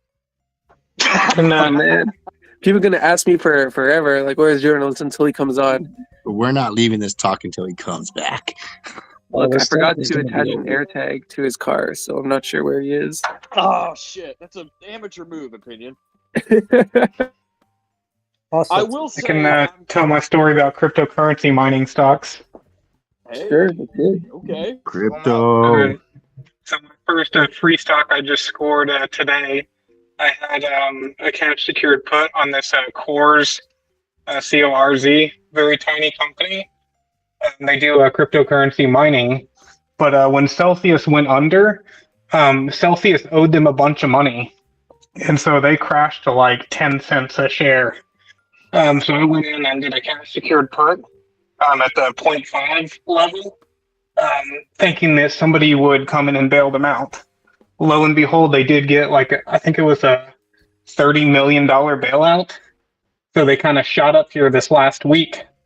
So when they shot up, my put kind of expired and I got assigned at 50 cents. Well, I turned around and sold it today at market open for another 35. I'm sorry, I sold it for 15. My original one was 35. So basically I'm full and clear on the full 50 cents. And I did that with 2 contracts. So anything after this next contract expired is pure profit. Nice But play, man. somebody was also asking about Mara the other day, and apparently Core Scientific, the same stock, owes Mara a bunch of money, which is why they've been tanking too. I don't think that they're actually going to get paid back, and I'm super underwater on both Mara and Riot. But I'm still holding out hope in the crypto industry. It was just weird to see, like, as I was reading, I kept noticing how they're all kind of involved with each other and all kind of causing each other to go down. So we'll see if more people jump in and help bail out these companies. I think we're still seeing that spiral down. Yeah. Yeah. I think it's going Didn't to Binance acquire something this morning? They announced Yes. it. Yeah. So what this is really, right? What we're seeing is it's kind of similar to like what the airlines did in the 40s, right? We're seeing these crypto markets crash and burn, and other bigger crypto markets are buying out the smaller ones. What's going to be left at the end is 2 or 3 major crypto markets, and when that point comes, I mean, you can't forget that Tesla and Apple and some of these major companies have hundreds of thousands of Bitcoin and Ethereum. Dude, banks were buying Bitcoin at one point. Yeah. So it's not. I don't think that we're going to see the crypto market disappear, but I do think that we are in a crash setting. I think we're going to hit the ground floor at some point, and then it's going to skyrocket upward. This is something that has been coming all along with all of these new coins that have been attached to the Ethereum blockchain and the Bitcoin blockchain. I guess to keep it like within the stock market, like how is this affecting Coinbase? Like there's a lot of jitters out there right now about like what I mean, they're public, so it's like, there's more accountability than companies like Binance and FTX, but still, like it looks like there's a hurricane coming still. There's a hurricane coming.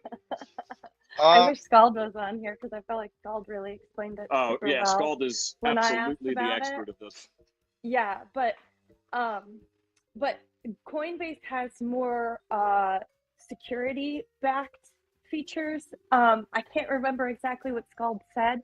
Most things are not really backed by anything, but Coinbase does have a couple more policies in place. I can't remember exactly what he said. And Coinbase but is the only one that's regulated by the SEC. Exactly. I mean, yeah, exactly. I've been trying to figure out a play on Silvergate. I mean, it's just so hard because the crypto community is so like, I don't know, dedicated that they're buying it up when one of the main players in crypto is going through all this. So it's hard. But Silvergate was a bank that held a lot of crypto or does a lot of exchanges. Does anyone can provide any information on that? Do you know the ticker? I think it's SI. SI. And they took a big hit once FTX came out with all this stuff. And I mean, I'm just not quite too sure how to play them because I want to put puts down, but just the crypto community is so committed that I don't know.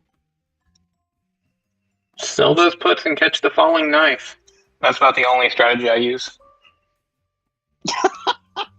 That's amazing. Professional juggler over here. Yeah, that's like my bartender when I leave at night. He goes, "Drive fast, take chances." Mm-hmm. It's called population control. Anybody scooping up Disney shares? Did you say Disney? Did you say Disney Yeah. Plus? No shares. Yeah, what's Avatar Disney didn't do at? that great, but it's like $87. It's like it happened like sometimes like in 2019 they dipped this low, and then it was like a decent price point. I don't know how they're exactly doing financially in this climate, but I can't imagine they're worse off in 2019 than they are now. They were 100% better off in 2019. The parks were open then, remember. Opinion, correct me if I'm wrong. I think we had a talk about Disney 2 weeks ago, maybe. And I think that we discussed that the new guy that's coming in is taking place of the guy that started putting all these PC things in place with Disney and just kind of scrambled their kind of their logo, like scrambled their kind of image. So Bob is taking over for Bob, right? Yeah, Yes. he's coming back. Yes. But Bob was And then somebody they that blamed was everything on the new guy Yeah, who just and left. then they scapegoated the new guy. even though the new guy is like 100 and worked at Disney forever too. Yeah. So It's an they scrapped the new guy for being progressive. Yup.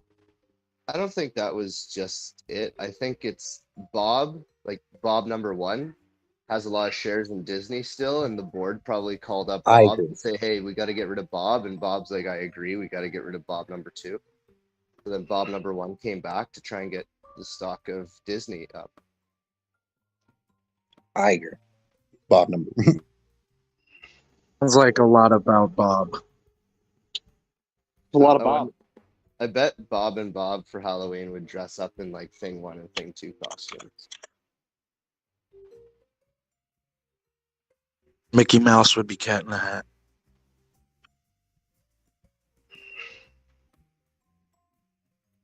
Is anybody looking at Nicola, actually? Or does anybody have an opinion about them? I'm looking at Plug. Bought some calls on Plug just like 20 minutes ago. I mean, Hydrogen is actually pretty bullish in my opinion, but I don't know how exactly the class action is going to play out for the company. So I don't want to play Nikola. I think Plug's just going to take on the truck eventually. So it's just going to like basically sell off into parts, and then certain companies will benefit from that. There's some good news on the weekend with CN Railway. They had the second profitable freight shipment with the hydrogen train. So expecting more of that stuff to happen. I just secured 2 calls for Carnival expiring January 6th. I think that I'm expecting all the cruise lines to have a pretty good earnings, even in the fourth quarter. Something that we need to remember, guys, is that cruise lines do go to warm spots, even in the wintertime. They do go to the Caribbean. They do go overseas to Europe. So just because it's not warm outside where you are doesn't mean that the Caribbean, it doesn't mean that the cruise ships aren't taking people to where it is warm. Like Yeah, summer in the building off south. of that, I mean, I just went on a cruise 2.5 weeks ago, and it was packed, and at the ports, there was multiple other Carnival ships, and they were packed, and people were spending money, getting drunk, buying jewelry, going to the casino, losing their money. So, What cruise line did you use? Flight owned by Royal Caribbean. Fuck. Although you got to remember that each cruise line has a different demographic, really. Carnival, I don't know if anybody has really been on a lot of cruises, but Carnival is much more of a young person's party kind of boat. That's what they've always kind of, it's not as clean. There's a lot more drink packages, there's parties. Royal Caribbean, I consider to be a more high-end cruise line. Yeah, it is. It's And then you leaning have toward Norwegian. families, and Norwegian is like the top. And then if you're really, really fancy, you do a Viking cruise. MSC. Yeah, if you're really, really fancy, you could look into those Marriott yachts Yeah. cruises that were mentioned earlier. I looked into them when it was brought up. Those are like ultra wealthy. Yeah. And don't sleep on Virgin Cruise Lines either. They're a direct competitor for Carnival. They're also like a party boat kind of thing.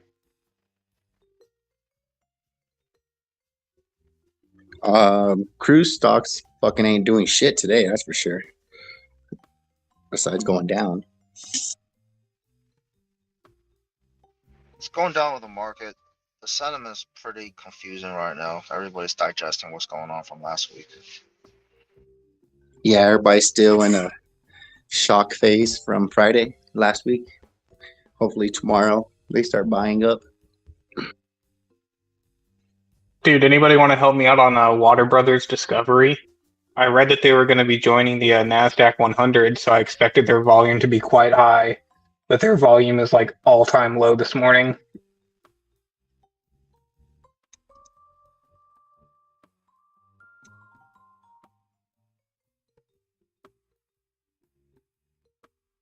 guess nobody follows that one. I'm just dollar cost averaging down every 50 cents it goes. I'll buy a little more. Hey, do they share revenue with HBO Max? Yeah, I know they have a lot of intellectual property and they sell their shows to other companies too. But that Who is- Avatar movie I hear is bombing. Who is this we're talking about? Sorry, what's the ticker? Warner Brothers Discovery, Oh, WBD. Yes. Warner Brothers owns HBO. I'm pretty sure Warner Brothers owns HBO. Let me double check.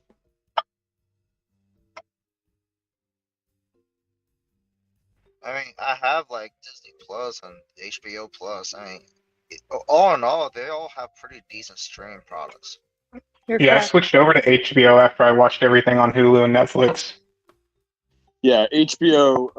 Yeah, Hoof is correct. HBO Max is owned by HBO is owned by Warner Brothers. I have HBO Max, and I fucking love it. That price just looks even better to me now. Yeah, I got Warner Brothers after the AT&T spinoff, and I've just been kind of slowly buying more of it. Yeah, Warner Brothers, I think, is like everything else is down with the tech stocks and down with the market, but they're definitely a good long-term investment. They're one of the big ones. Yeah, trading at $9.58. That's poor man's territory right there. Yeah. Well, I mean, they're losing money too, but they've been around for decades and they're not going anywhere. So Yeah, March 17 puts are $1.30. So if you want to do a cash cover put, you could actually be up like $80 to play around with. would you say it was March 17? Yeah, March 17th, 2023, monthly. So if you That's look a at the $10? option chain, yeah, $10 at 1.3. I mean, if you want to go near the money, if you want to go deep like crazy, you have like $800 for 17.5. Well, $7.95, but if you're bullish with Warner, if you want to wait for 2024 January, you get to keep like $1 per share. You're that's assuming the company's not gonna dip below like $9. You'll be somewhat profitable. I mean, so these are some of like the long term plays if you want to play it that way. Since they do not pay a dividend, it's actually a pretty good gamble if you want to have like $1,000 just kind of sit there for a year and see where it goes. Dude, even selling their calls, the $10 at $1.22, making 10% selling an out of the money call. Right. In April. That's kind of ridiculous. Yeah, I'm slowly trying to get 100 shares of it. I'm up at like 60 or 70 right now. Yeah, like January 2025, $10 call you're selling, you're making about $300-ish per contract. But you're also waiting about 2 years to cash out. Well, no, not 2 years. About a year. No, 2 years. My bad. 2 years. So, how much is that worth to you? I don't know. I try to go for that 10% every like 2 or 3 months. So I'd probably shoot that April one. Yeah, I'd say for anybody building their portfolio, start with 10 shares and go from there. See how the market goes each time. 10 shares, you're looking at a little bit over $100. So just, keep an eye on it.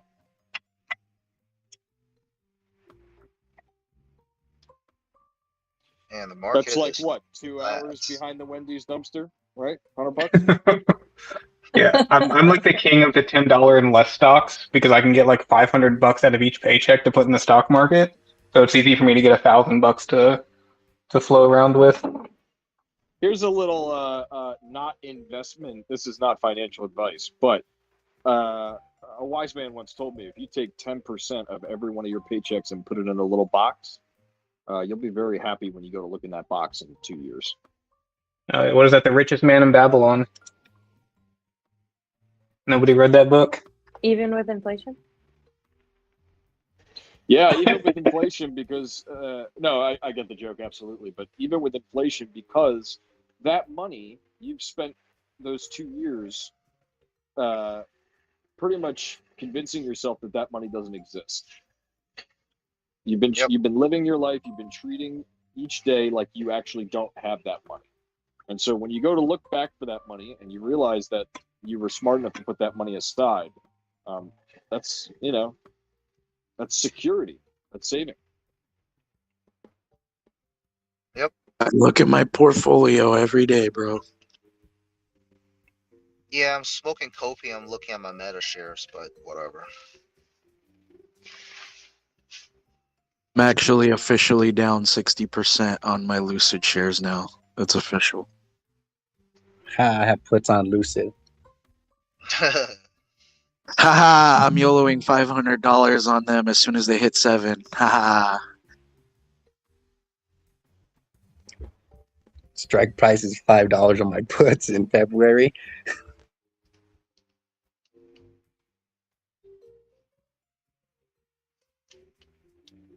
Yeah, that's not gonna happen. All it takes is one big investor to pull out. Well, I mean, one is already slowing their roll and like diverting their shit.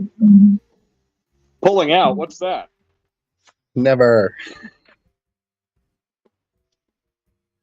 No, I have such a low strike price on Lucid because I feel Saudis are going to be pulling out their investment. Is it BlackRock or Vanguard that's been like selling off a lot of their shares recently? Because one of those two has a full position.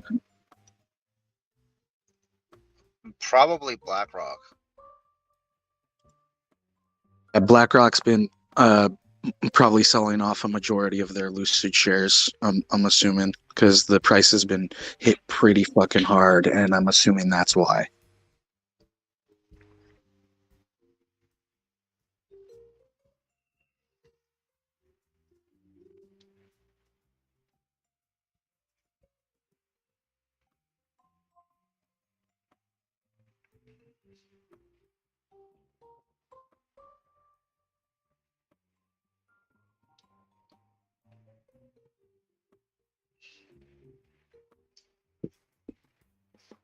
So kind of going back to cash is king, because I know Ned is a landlord. So those of us that like are worried about like housing market, whether or not it's time to buy, it's really not a simple yes or no answer. On certain area, it's still very hot. Um, you know, housing is based on need. If you really feel that you need a house to live in that you own, by all means, you buy it regardless of the price. Um, like, I'm a licensed agent, and some of the you usually see some of like the mentalities people have. Some of them are very unreasonable, but whatever they want to buy, they want to buy. They're going to be back holders. I don't really care. But you know, at the end of the day, like the housing market isn't going to crash in the way that you're going to see in 2008, because like there's a lot of checks and balances in place, and then also the owners of a lot of these homes are owned by institutions, so they're generational wealth where they can hang out to these homes and rent them out. So they're continuously getting a cash flow instead of like worrying about mortgage payments. So just keep that in mind. And I don't know, man. Like I would, if I don't have kids, I would live in a fucking RV and not have to deal with a lot of fucking rent and shit. Because home ownership is just a pain in the ass. Yeah, It's I expensive. second that. Even owning the property and maintaining it for a tenant is a pain in the ass. It is not for everybody. You have 100% got to be okay with getting a fucking phone call at 2:30 a.m. that a water heater is down or that the furnace went.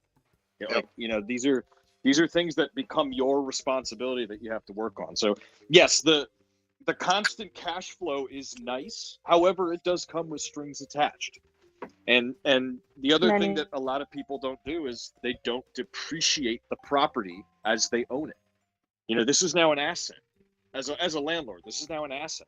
So what do you do with assets? You depreciate them for tax purposes. That constant cash flow that you're getting is deductible because your house is depreciating while somebody is living in it. Yeah, they don't depreciate it over 30 years. The interest on their payments as well. So on paper, that can bring down your 20% off your mortgage, on paper, right? Effectively at the end of the year. But yeah, I agree. I mean, the other thing is, this is not all that hard to own property. You just hire a management company. The hard part is finding the good management company. But once you do, then you can make money in your sleep and not ever take any calls. So. Yeah, there's plenty of people that will be your management company that, but keep in mind, you're also paying a fee for that.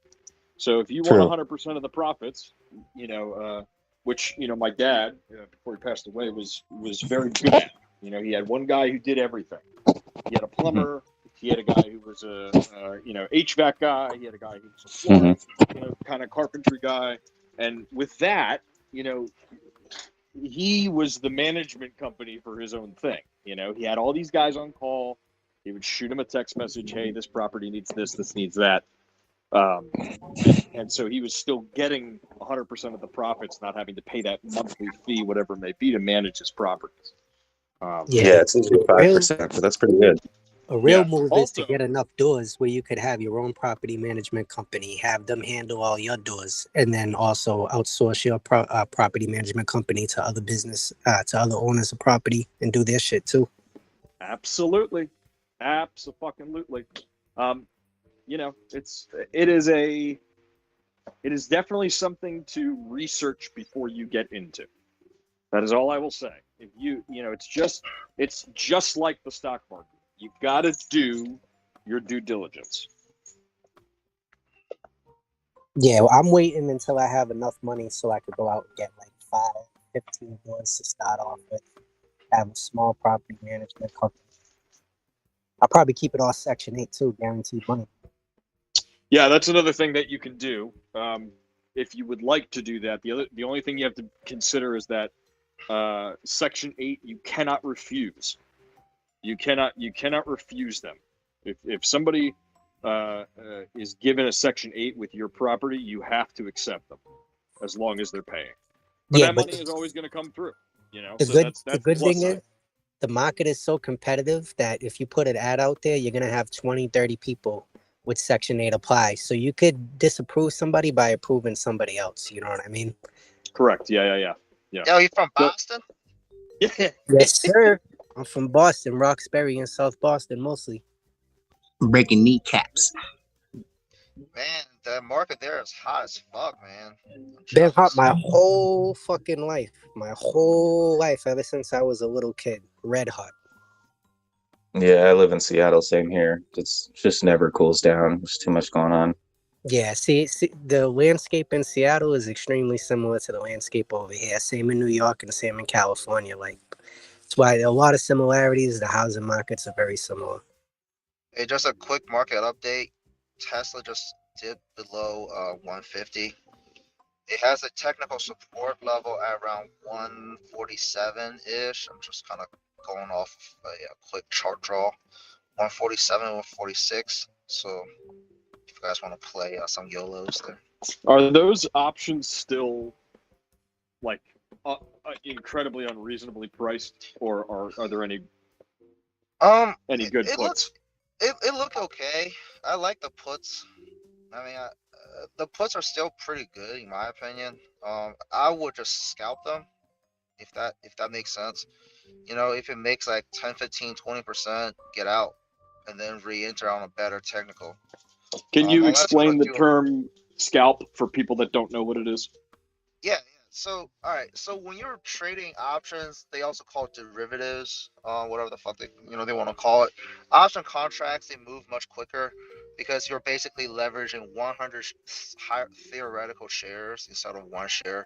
So basically, if it moves, I mean, there's a lot of like, Greeks and stuff in that, but basically in a quick nutshell, if you want to scalp, it's basically like this. Say for instance, currently at 1041.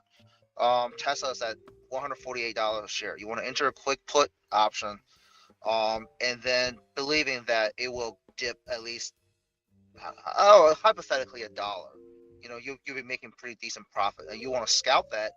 Basically, once it hits that direction, you make that money, you just get out immediately. You're not waiting for it to get in the money. You just want it to move through that direction just enough for you to make a decent profit where, your $100 or your $300 or whatever money you risk is in the green. It's a highly lucrative, but also highly risky because you're doing high frequency short term trading. Um, and a lot of people get burned by it, especially if they do not have limit orders in place or like exit strategies if the trade goes south, if that makes sense. Yeah, one popular thing that a lot of people do is put on a stop loss, and if it runs past their profit point, they'll let it keep running, but they'll have that stop loss where it'll automatically cap off. You can also put a trailing stop once it gets into profit, and then it just adjusts itself when it keeps going up. Yeah, and scalping generally are very good for like momentum traders or days where there's a lot of volume where it's hard to like really change the stock's momentum like quickly. So if you see like 2 to 3 green candles, sorry, it'll basically on the minute, you can probably enter a call quickly and exit call for a quick scalp and be done for the day. But they don't come often. But once they are, you're in pretty good shape.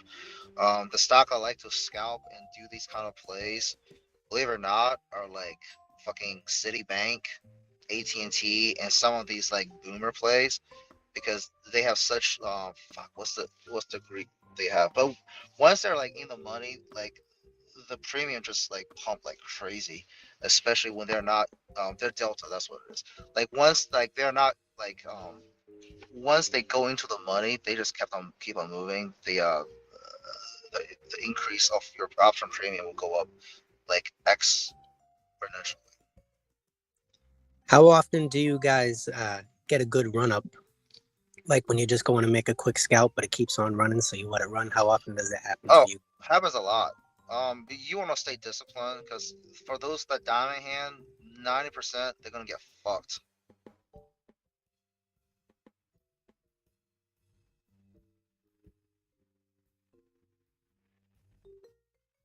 It's all about like the disciplined trading. People who are consistent are really the ones that are making money. You don't want to always try to hit home runs. Not saying like don't try to hit home runs and just be a base hitter all the time. But once you're like you have a pretty good understanding of market mechanic and risk management on your portfolio, you know, like you can keep it running if you want. Like there are stocks that tend to do that on zero DTEs. That's why a lot of people play zero DTEs on SPICE and QQQ. I mean, it's like an all or nothing game. But once it goes one direction, you'll be getting like a 5, 6, or 10 bagger if you get into like the entry on a good enough fill.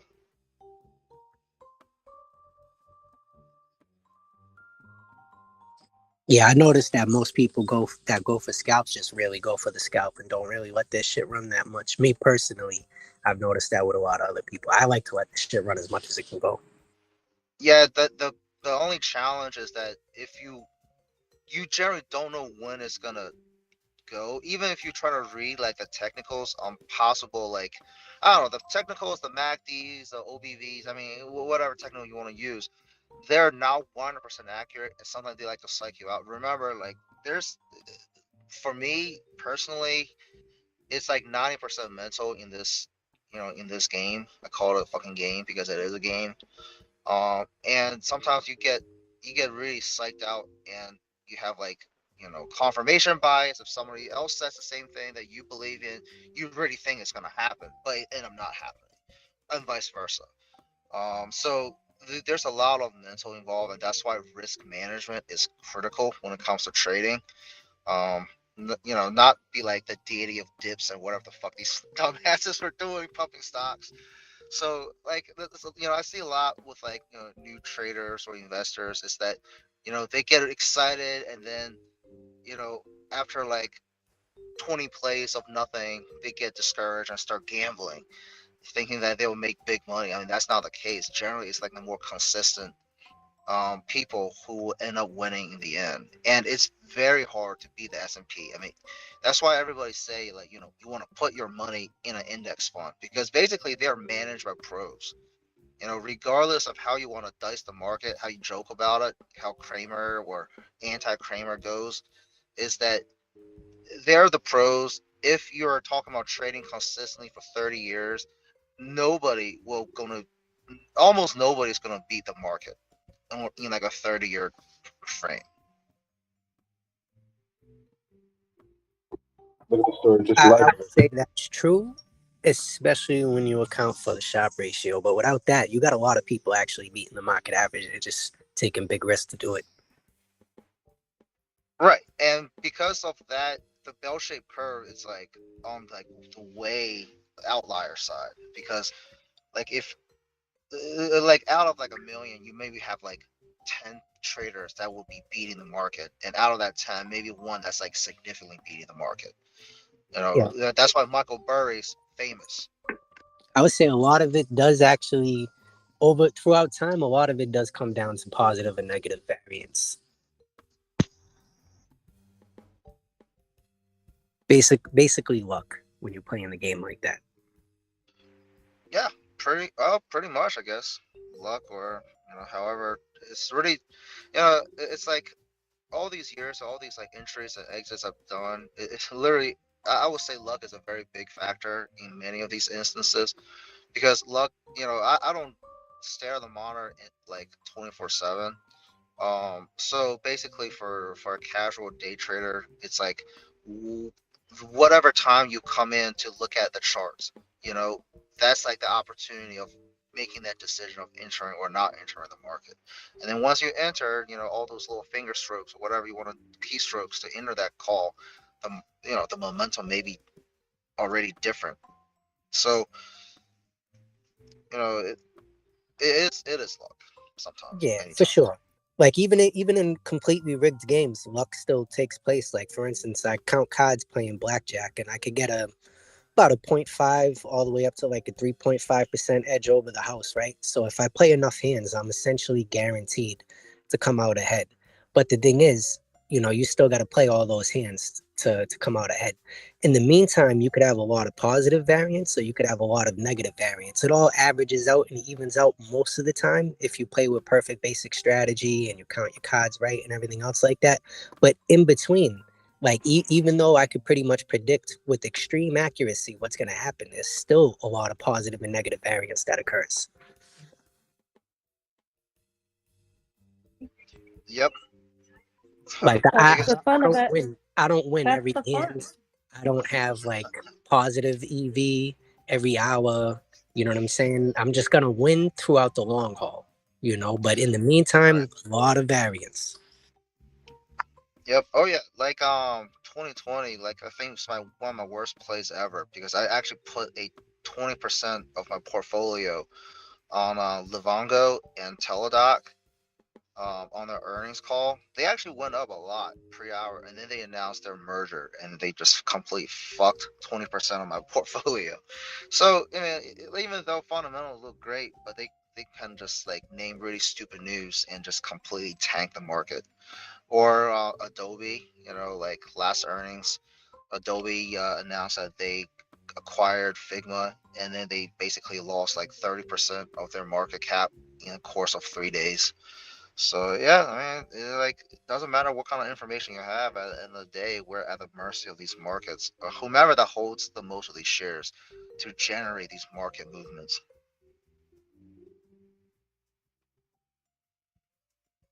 Yep, and then you have black swans, which is completely out of pretty much everybody else's control. Oh Well, man. you also have the media that influences it too, which makes it like another. I don't. If you guys remember when everything was going down with GameStop, I remember watching all these articles come out that were just really trying to slander Wall Street Bets, and they were like, okay, so, it's not going to continue to go up. It's not going to, and every day it was the same article. And CNBC was pretty aggressive about it. And I was like, that's not what's happening. You're just trying to say that to make people think that that's what's happening. So you have a lot of that too, which makes it a whole lot more challenging because you can't, it's hard to tell what's credible when so many people are reading it and writing it. I mean, with most of those things, they're all just automatically generated content, and they really don't care about anything other than clicks and ad revenue. It's really what it's all about. So, Yep.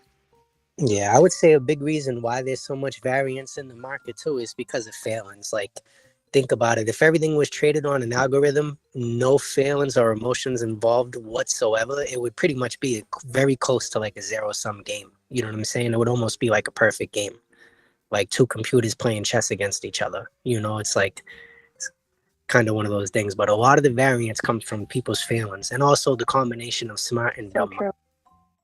So true.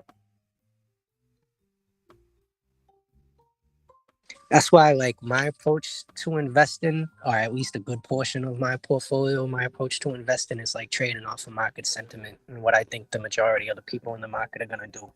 If you like, so earnings is hard to predict, but people's reactions is easy to predict. You know what I'm saying? So if you could just wait for a little bit of information and then kind of figure out how people are gonna react to it, you have a better edge there, in my opinion, than looking at like technicals and shit like that. I mean, of course, you got to use the technicals to figure out what people are going to think about that, to figure out what they're going to do about it. But just understand people and you'll understand the market a lot better.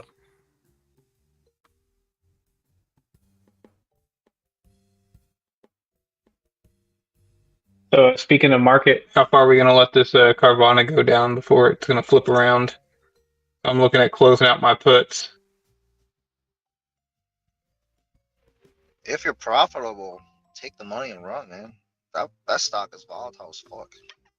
Yeah, I'm just I don't think it's going to hit all-time lows again before it switches around.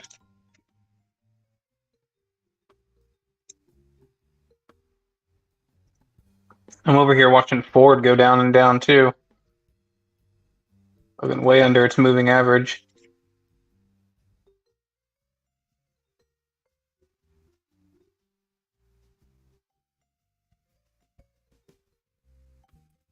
All right, everybody, I gotta go. It was nice chatting with you per usual. I always really enjoy listening to everybody's opinions and thoughts. thanks for coming, Hoop. Take care. Later, Have a good everybody. day. For those that like to play index, if you look at the 1 minute chart for QQQ, there is a possibility of reversal when it hits 271. It's not a guaranteed, but generally that's how they're gonna do on these kind of days. It's low volume, choppy, scalping only.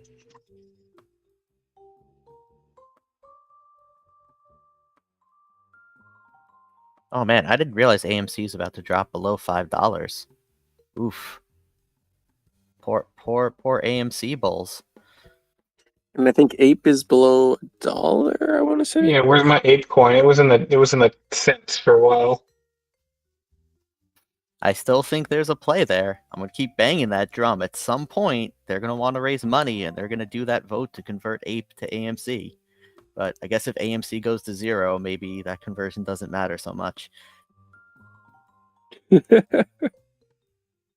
But, I'm just saying, if tomorrow they did that vote, that 70 cents Ape all of a sudden would push to like $3 to balance out with AMC.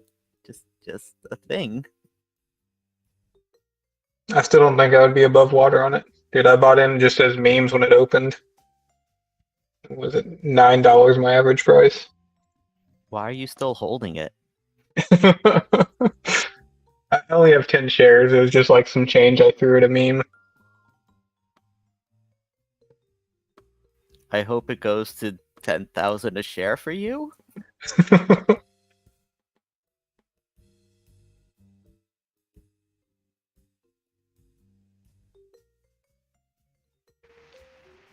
Just a quick heat map for the market.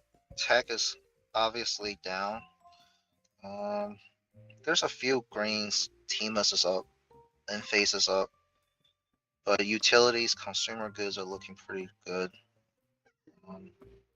Defense is up. Oh gosh. Northrop and Grumman's up. I guess they want to order some nuclear bombers to bomb somewhere. I Dominion think China was Energy. pushing out into that sea. They've always been doing that. They gotta do something more radical to really get the United States attention. So let's see. Man, mining is down a lot. For those of you that are in mining, could be a good time to look.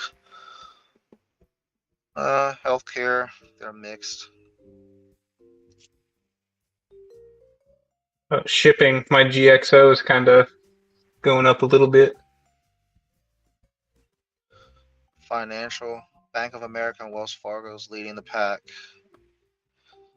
Visa's negative, but not by that much. And Disney, Jesus. Amazon. I'm still waiting to short Chipotle, but I just lost too much money shorting them. I just can't do it anymore. Personal question, right? I'm about to sell my business and I still want to keep working. So I'm either going to go into like something that has to do with finance or get into like medical sales. What would you guys recommend? Finance or med sales? Med sales. I'm not going to give you a life suggestion because if it doesn't work out, you're going to find me and break my kneecaps with that voice. I'm not playing that game. Now, You do honestly, you. for Look, you me, do you, and I hope you get risk. But that is Bob Boss. I'm going to wind up in cement shoes at some point type of voice. I'm not playing that game. Swimming with the For- fishes. I think it's gonna work out either way. I'm gonna make money regardless. You know what I'm saying? I just don't know like where I'm gonna make more money or where I'm gonna have like a better work-life balance or whatever the case may be. He sounds like Johnny Tight Lips from The Simpsons. I always hear sales is awesome if you got the personality for it. All right, so with medical sales, mostly I'm favoring medical sales because I'm in the regulatory industry. That is fucking big money. Like that's Lambo money you're talking about if you want to go into med sales, especially if you're looking into like some certain pharmaceuticals. We talked about Novo Nordisk and their fucking weight loss pill. It's really meant for diabetic people, but people are using it to lose weight and look good. Surgical equipment, especially when it comes to like, I guess newer, emerging, cheaper surgeries with less risk to the patient. These are great products to sell. Did you say metformin is used for weight loss? Isn't that? No, not metformin. Metformin, it's like another one from Oh, because I was Novo about to say Nordisk. metformin is used for diabetes, dude. Yeah. Well, that's actually people still use metformin for weight loss, but they're using other diabetic drugs, especially made by Novo Nordisk, to lose weight for cosmetic reasons. There's a reason why there's a shortage of these drugs because celebrities are using them. Yeah, It's fucked up, but it's true. when I was thinking about the medical sales, I was like looking at pharmaceutical sales versus like orthopedic sales. And like it seems like orthopedics is really easy to break into. Like I found this program in Boston where I go for 2 months, $10,000, and then you pretty much get hired doing orthopedic sales. They do orthopedic regenerative sales. That's another class that they offer too. That's something else I was looking at. But I don't know, like better. Would pharmaceutical be better or would orthopedic be better? So all right. So here's the pros and cons. This is how you wanna. This is depending on how you view the senior market. All these things are highly dependent on how many unhealthy old people we're gonna see in the next 5 to 10 years. I'm betting on a lot of unhealthy old people, mostly because of all the shit that we've been forced to eat by by tinfoil hat, 5G, blah blah blah. I'm just kidding, but like hip replacement, definitely people who are hard blue collar workers that work all their lives, they're gonna have those issues. People who don't take care of like athletes, they're gonna have these issues. Fucking cross trainers, Jesus fucking Christ, these CrossFit motherfuckers, they have no idea what the fuck they're doing, and they're getting themselves rhabdo. They're gonna fucking have joint issues when they get older too.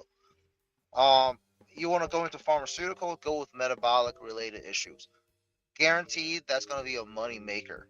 Now the biggest the bear case for pharmaceutical and like these surgical things is how the federal government's going to play it. Because right now there's a lot of like cost cutting measures set by this.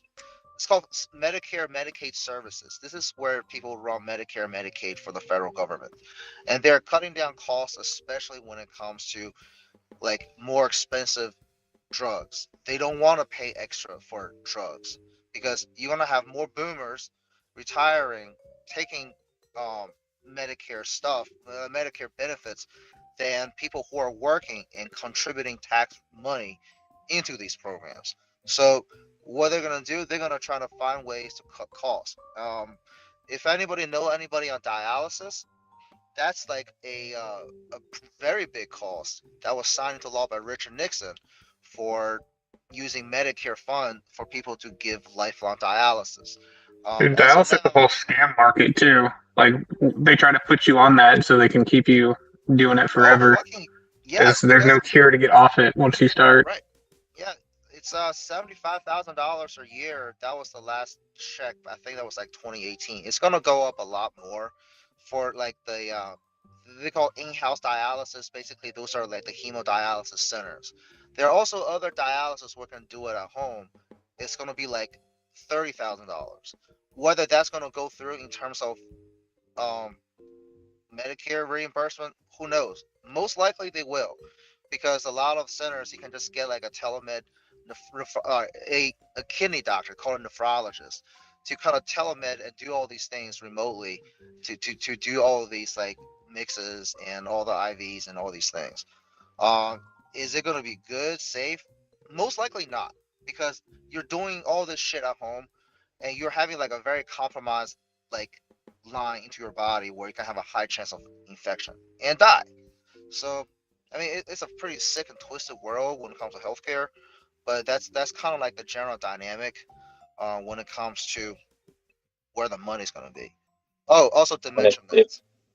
yeah, if you're going to do sales, you better be good at getting other people to do what they don't want to do when you want them to do it.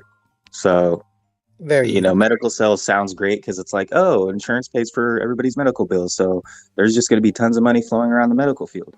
Yeah, but you're also going to have 10 other big med companies with their best cutthroat sales guys out there going against you. So sales is a crapshoot. Selling anything sucks because you've got to be a go-getter and you got to be cutthroat and you got to not give a fuck. So I would recommend owning those companies, maybe roll up medical sales companies and be the owner, go to the bank and get 50% financing, put 50% down and own the company. That would be a lucrative business. And then you're not, running around in the streets trying to convince people why you're the cool guy that they should do business with. So basically, Paul Martin Shkreli. Yo, Farmer Bro is the man, yo. He's actually really good at teaching the public about like I guess making money on farmer stuff.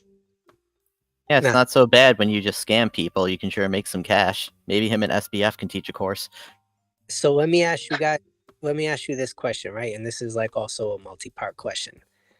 What do you think about regenerative medicine, like in our lifetime? Like, for instance, I'm 33 years old. If I was to get into regenerative medicine sales, do you think that it would boom like early on in my career, or do you think it would boom in the tail end, right? And then the second part of the question is, as far as regenerative medicine goes, do you see it being more from the pharmaceutical side or more from like medical device sales side and shit like that? I'm gonna tell you right now, friend, every person I know in sales, and I know many people who do it, even the ones who are doing all right, are miserable. Like absolutely miserable. They're always on the road. They're always knocking on someone's door.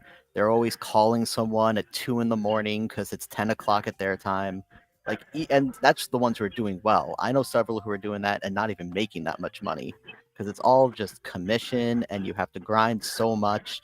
And if you parse it out to per hour, other than those top 5% that you read about on Instagram who are bragging about how they're just making bank, a lot of them like are making under minimum wage when they actually calculate out their hours. So like you do you, my man, but just understand if you're getting into sales, you are like 13 hours a day just to like maybe get a sale at the end of the month if you're lucky.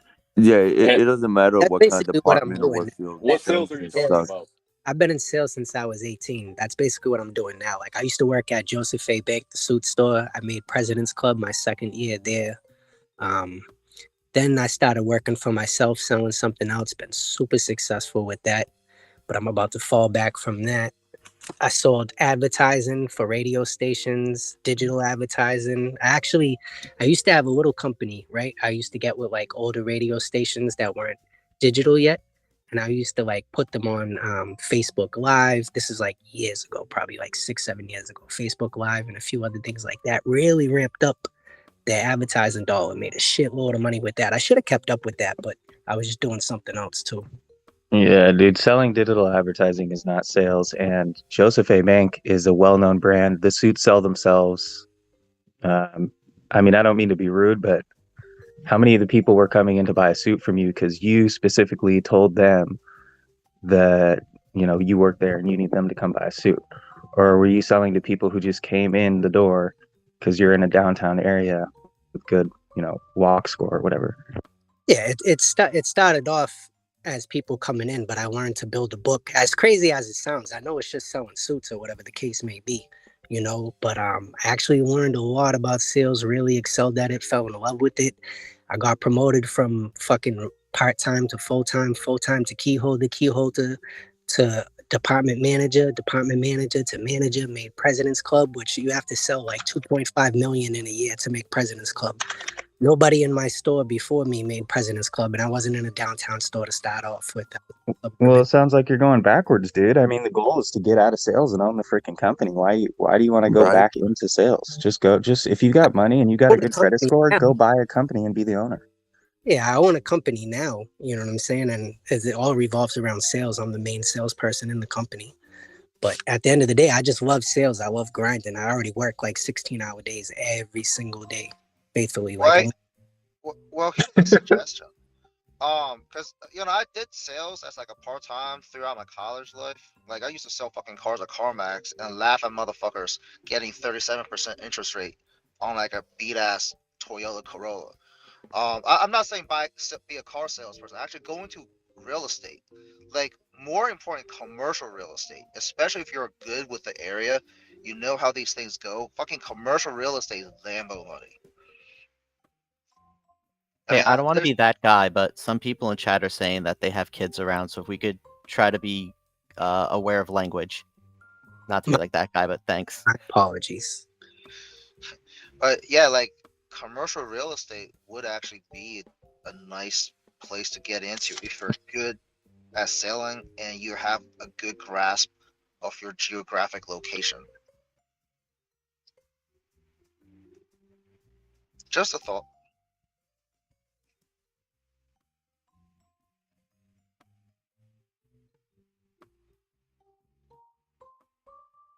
Yeah. Hi, guys. I thought I'd make a quick comment. I liked your discussion a lot. I don't know a lot about sales, but you were discussing a little bit where pharma is going in the future. And I think one thing we're already starting to see, remember this, the cancer vaccine that Moderna has launched? That's actually a development that's been going on for quite some time. And that's actually also where the Pfizer vaccine comes from. The company BioNTech that developed the Pfizer vaccine, what they're really trying to do is develop a cancer vaccine. And the way that would work is that you would essentially get an individual genetic signature of the tumor or the cancer you're trying to cure, and then you would program Maybe the. it is a tumor. Pardon? Keep going. Not a tumor. Yeah, right. And then you would program, you would make this custom-made drug to teach your immune system to kill that specific tumor. And I think that's very promising. personally, my personal opinion is that this first little foray into the COVID vaccine was a bit of a failure. Didn't quite work out the way they thought. But I do know that they're very optimistic about this working within 10 years. And I mean, the market for cancer, I think what the life risk of cancer that you get it is like 20% or 25% or something like that. It's huge. And people obviously pay pretty much anything to save their life, right? So these drugs are they're gonna sell basically anything. And so, like I said, I don't know if there's a sales angle to that, but if you want to know what's going on in pharma, I would follow this whole Moderna cancer vaccine story. It's just my 2 cents. I would also, if Yeah. anybody knows any companies that do like the where you can like pick the genes. I know like a lot of stars and stuff where like you can pick babies' hair colors and stuff and do gene editing. Personally, I have the Kathy Woods ARC genomic thing in my IRA just to see if it ever pans out. I don't do too much research and all that.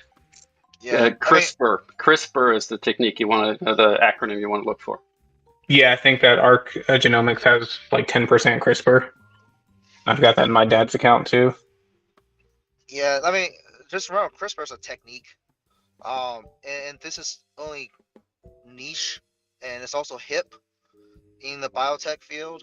So, in about next 5 to 10 years, we're gonna have a new gene editing, which will make things better.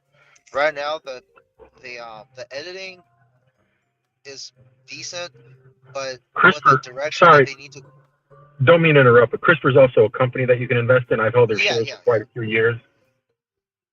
So it's already underway. I mean, they've used it for a bunch of different treatments already, and they're I mean, it's up in my portfolio. right. No, I'm not trying to shield that thing. This is a legit like technique and everything. I'm just saying like where the direction that really needs to go right now is bioinformatics, where they can use like predictive algorithm to actually identify unknown genes. If you guys remember the Human Genome Project, they map out the genes, but they still have not completely understood what these genes do, what they do together. I mean, there's a whole like like a 8-year PhD program to learn how the human genome works. So, but right now, some of the biggest bottleneck is what do these genes do, and how do these genes affect based on other genes and These jeans environmental hold factors. these jeans hold keys and wallets, bro. Come on. That's true. No, Lambo keys, bro. These kilos open doors at the club. SPY just made a newer low today. Looks like it's turning and gonna dump off here. Yeah, Tesla is approaching its support. I don't know if it's gonna hit it. Somebody's selling. Ape is at 69 cents. Giggity. Nice.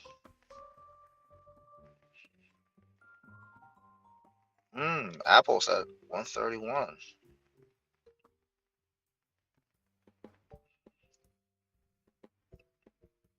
And Disney's at 87. So too soon on Disney Plus. I got out of my Carvana puts, made a nice profit out of my mouth. Yeah, I got out of my $5 strike price puts on Carvana this morning and bought some calls with the little bit I made. Man, everything's dropping. I mean, today is ex dividend for QQQ. Yeah, So check out QQQ SPY. I mean, on the 1 day, 5 day, month, 3 month chart, SPY's at testing all those bottom orders. I mean, it's probably gonna fall through the floor here pretty soon. Yes. Looks like we're getting coal for Christmas. Yo, coal. Shit, man. Calls on coal. BTU, baby.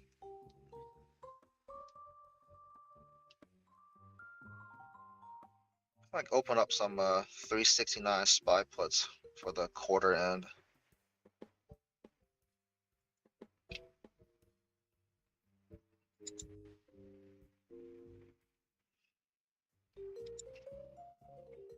Yeah, Tesla's not dropping fast enough for weekly contracts to be worthwhile.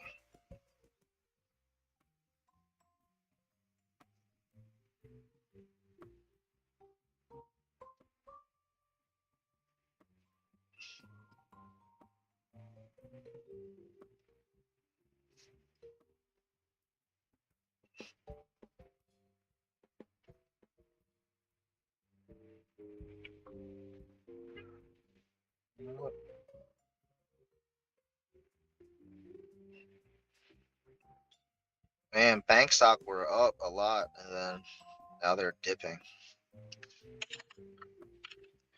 XLF, Jesus Christ. Jesus Christ. Jesus has left the building, man. Thoughts and prayers on the market.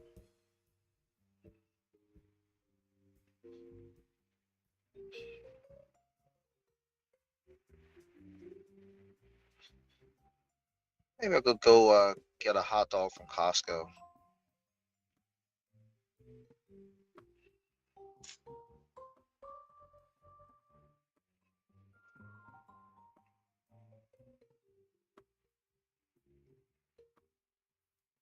I just picked up a few call options on Mullen for 2024 and 2025 at 50 cents.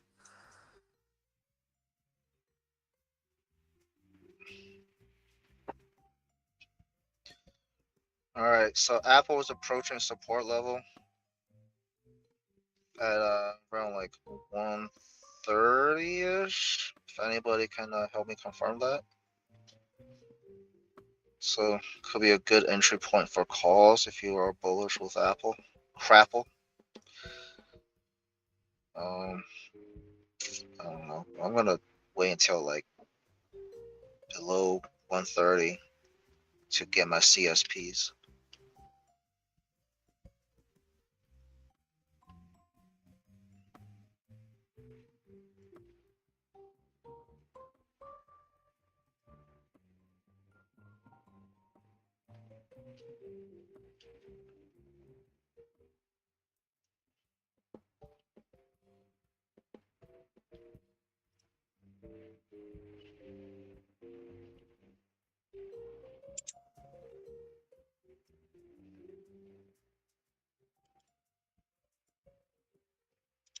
Huh, interesting price action on Activision Blizzard.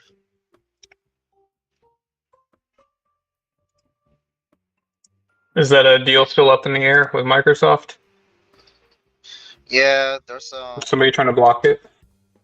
well, I mean, yeah, it's like the antitrust hearing. So I don't know. There are people placing bets at like $95 a share at the original offer price. I don't know. Maybe Microsoft say, "Fuck it, it's too much money." They'll keep their money.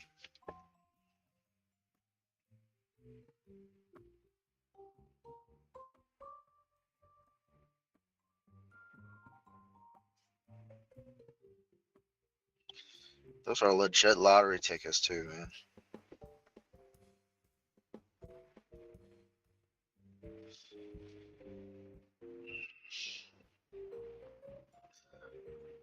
You know, I'm debating between Lockheed Martin and Raytheon because there's going to be another round of defense contracts going to Ukraine,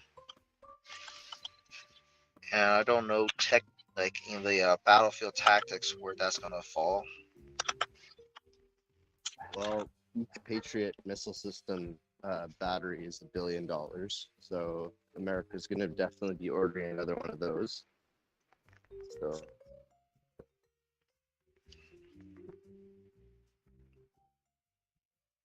Now, Is that so, Lockheed? yeah, defense is looking strong. Wait, Raytheon's based out of Virginia? I always thought it was here in Texas. They're close to Langley and Nassau, bro.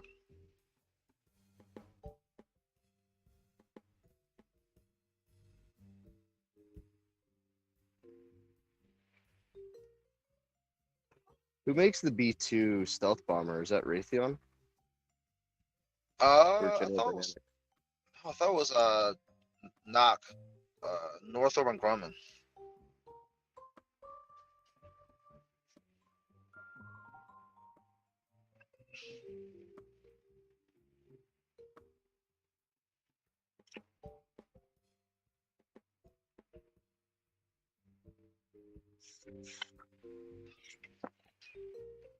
Oh, Morgan Stanley increased the price target for Northrop to 626.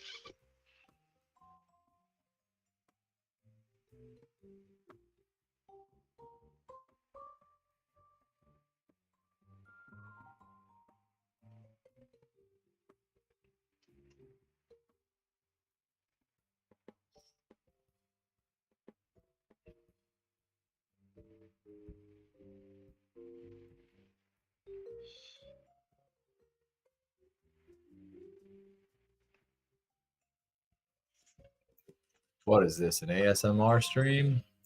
Alright.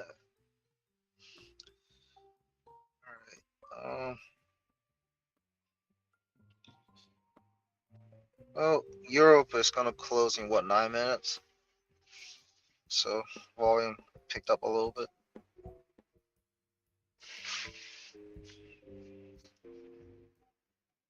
So Twitter is going to 0, right? I don't think so. I think Elon did a good job. Well, so Wait, is Twitter even tradable?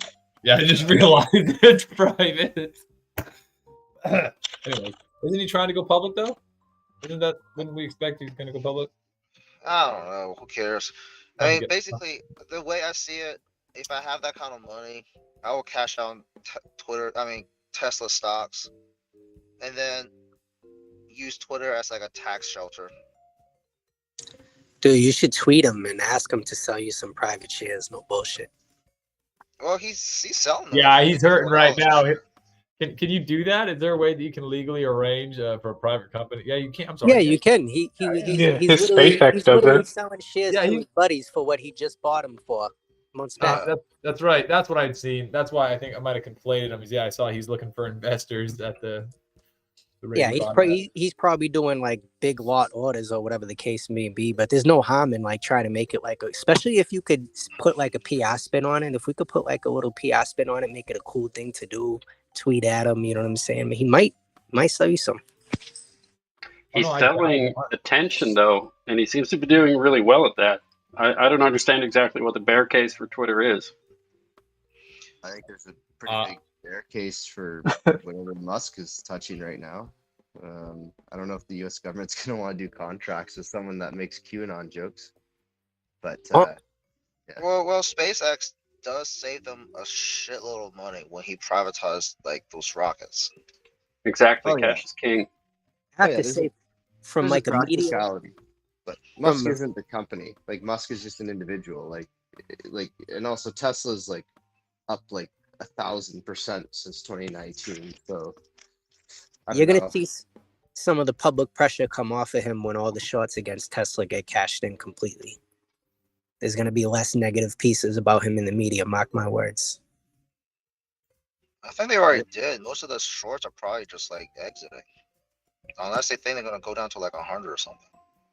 I think, I don't know about the short interest on it anymore, but I can guarantee you there's gonna be a lot less hit pieces about him coming out. Yeah, I think I saw one of the big investors was trying to remove him from the board too.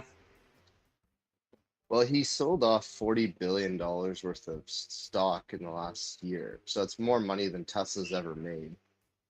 I think there's definitely interest in removing him from the board. How did his Twitter vote go too? He put up that vote to make him step down. I think it's going yes. Yeah. Is it still going? I saw it had like 12 hours left last night. Oh, no, it was closed. No, it's done. It's closed. Nothing. It's absolutely nothing. You think he's not going to appoint a CEO who's just him by a different face? Like, you don't change your company on a Twitter vote. That's just no. publicity. Come on now. Yeah, exactly. It's just an attempt to try and get more traction, more attention. I think I really feel like, and I might be naive in doing this, that his whole play with Twitter is to try and, make it seem like he is something more than just a greedy business person. Oh yeah, I just tested out my my pseudo box spread. I opened a 160 January 2020 January 13th and January 20th put. Robinhood actually closed it So, well, at least they have a better checks and balance nowadays than they used to. Get a better broker? No, no, no. I just dick around with Robinhood, like with like these penny lottery ticket option contracts. Like they're like $1, $2 each. Just throw a bunch of in. I wouldn't do this on TD Ameritrade because they charge me 60 cents per contract.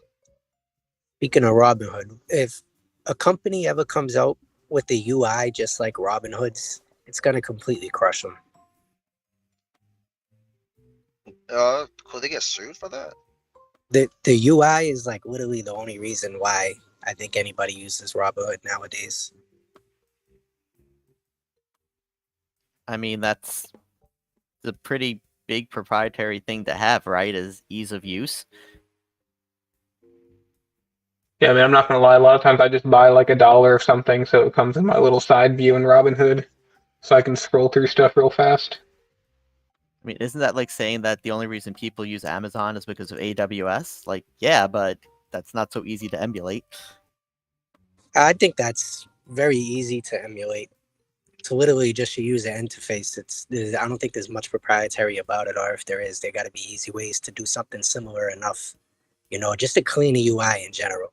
Just like Is that the guy that was wanting to start a new company?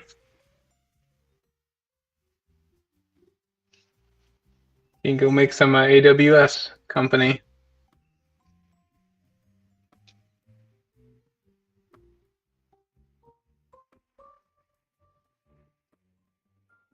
Easy peasy.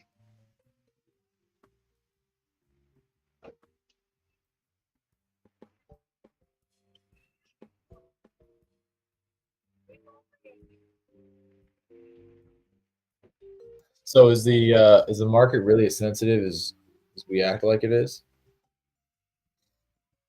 Sensitive to what? Just to news, just to this, that, or the other headline coming through, and the market reacting. Wouldn't we imagine that there's, I mean, how much money do you have to have invested in the stock market before you actively employ private investigators to ensure that you receive the most up-to-date information before the market? Or, obviously, how much money you have to spend to get elected to ensure that you are sitting on those committees? I'm still pretty sure like 80% bots. I think if it were so easy, everyone would do that, right? Yep. I think right now the market is very much driven by people are worried about a recession. The main, I guess we can go quote unquote news sources like your MSNBCs and your other sources that people use to learn about stocks are all pretty much screaming, oh, there's going to be a recession. And so everyone's very worried about that, right? So they don't want to play around with their money. They want to be very tight with their money. They're trying to pull out their money, and the market is reacting accordingly. Fun factoid, if people keep acting like there's a recession, they could actually just force one, which would be a pretty neat thing to happen. Not saying that we should or shouldn't have one, but you can totally make a recession if everyone just says there will be a recession now. Well, too late. It already started. It's too late. Self-fulfilling expectations is an economic theory that can work. Yeah, I was just but the recession has already started. So what people say at this point doesn't really matter. Yeah, Plus Powell isn't satisfied until we have a serious unemployment rate. And I think that's also what people are worried about. Obviously, he's dreaming because it doesn't. What they're trying to do doesn't make sense. So they're trying to bring manufacturing back to the United States and at the same time increase unemployment. Those two just don't work. If you're going to increase GDP, if you're going to increase manufacturing in the United States, that's going to require more people to work, and it's going to just continue to bid up the prices of employment or of wages, and it's not going to work. Him looking at employment as much as he is, he's misguiding himself. But the bottom is going to fall out of this stuff in the first quarter. Then they're going to change their tune really quickly. I have a feeling. I think you're absolutely right. Y'all thinking like April-ish? That's kind of when I'm putting a lot of my positions at for a turnaround. I've got 275 strike price calls on SPY for June 16th, 2023. 275.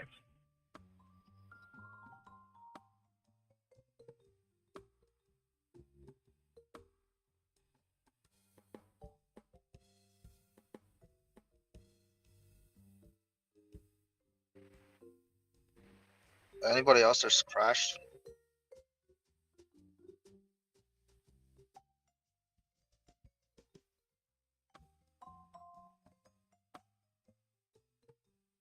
Crashed as in? Oh, the Reddit app just crashed. No, mine crashed earlier when I tried to tell y'all my story.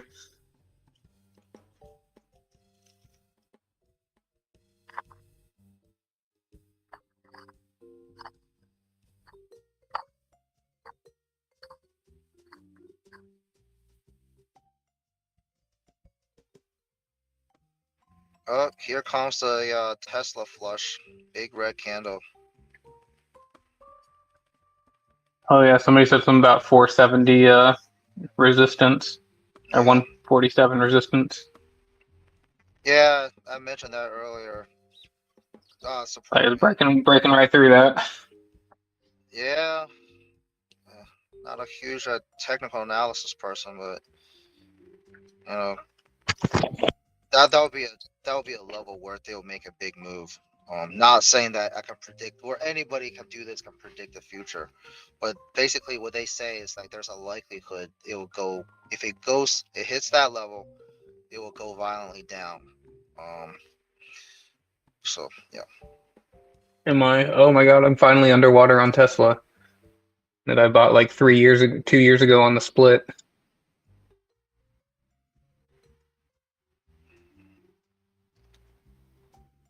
Hey, womp womp.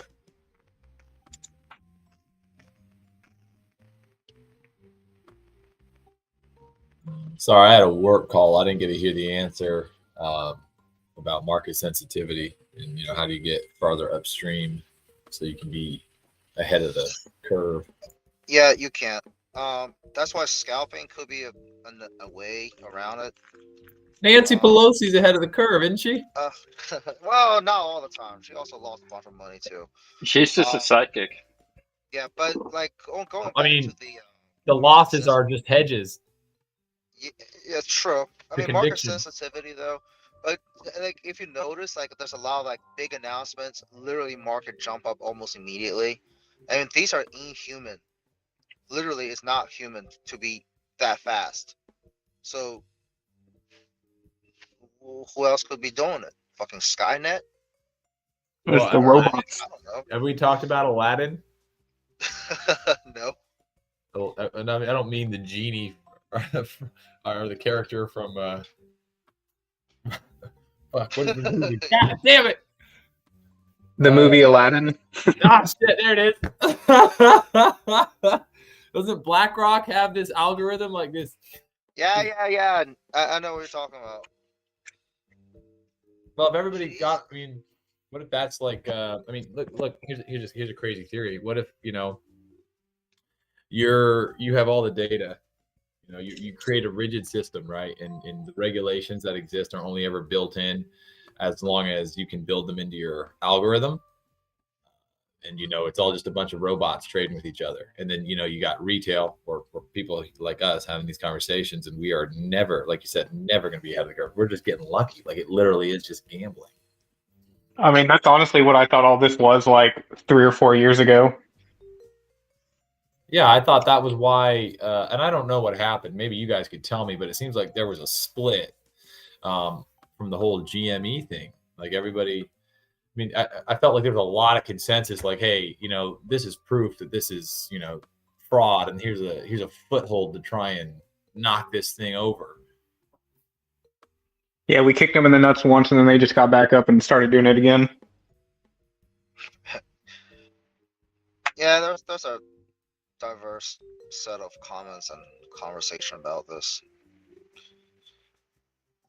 Except in Janet Yellen's words, what people were doing on Wall Street Bets was economic terrorism. Just let's label things appropriately. Yeah. So you guys are terrorists. Exactly.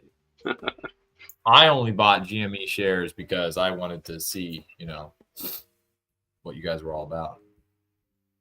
I could not sell them. I could not fucking believe it.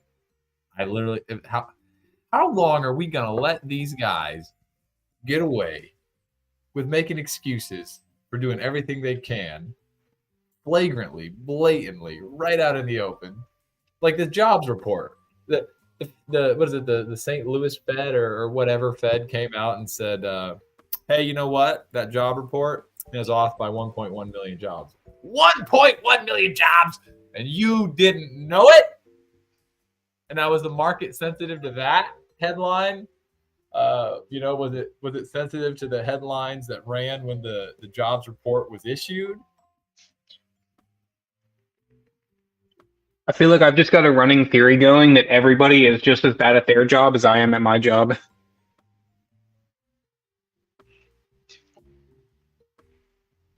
If you guys get a chance, I don't know if you guys have, read the book The Art of War. It's like a mandatory read for many people who are in business school. And basically, if you can kind of look at the market a little closely, there's a lot of like war-related tactics when it comes to like market movement. So there's another element where you can kind of digest and dissect the market. All right, Tesla is falling a lot now.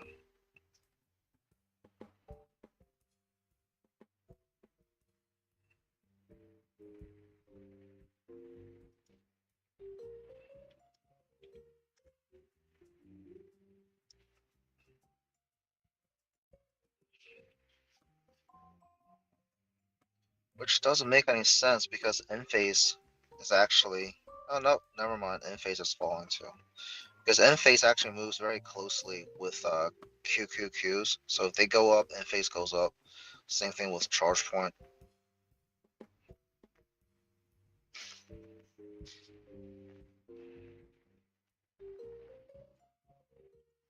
So yeah, if Apple hits 130, you might have a see, these are the reason why like technical almost never works either, because as you see, like Apple was approaching its support and they bounced way above support, and now it keeps everybody guessing where it's going to go afterwards.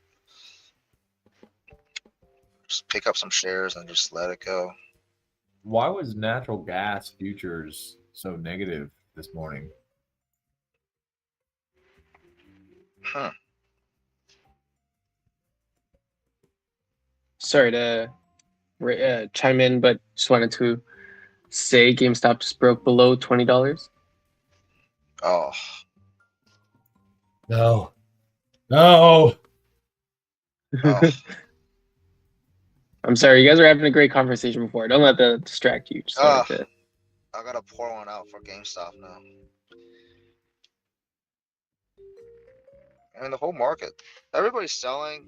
It's like I don't see anything on my screen that's fucking green. Yeah, I mean, it's also tax harvesting season, so wouldn't be surprised. This is, it's one of those. And just be realistic with like your expectations with all things. Some of the old adage still kind of, makes sense, stays true. Like you want to invest in a company that's not gonna go bankrupt. Like fucking Apple, they got more money than God. If iPhone ceased to exist, they still have more money than God. I found a green one, guys. Oracle. Oh shit! TikTok is coming back. I don't know if it's TikTok related, but I think there's only two companies that do that big database stuff: Oracle and SAP.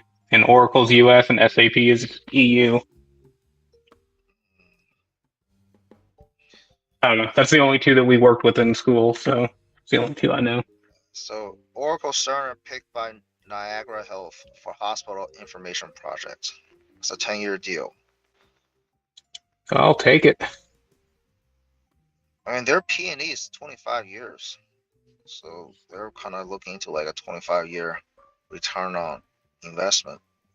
But I don't know what the rate's going to be like with this kind of interest rate. I'm not an economist, so.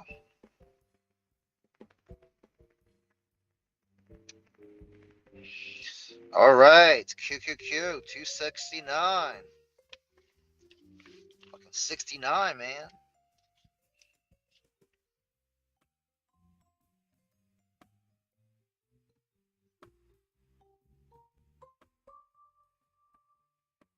In the event of a catastrophic market collapse, cash is what is going to buoy the companies who are publicly traded? It depends. I mean, depends on how much money like the company has in the stock market. Like, there's a company called Panasonic who literally puts like I think like a minimal amount of money on the stock market, so they don't give a fuck what happened to their share price.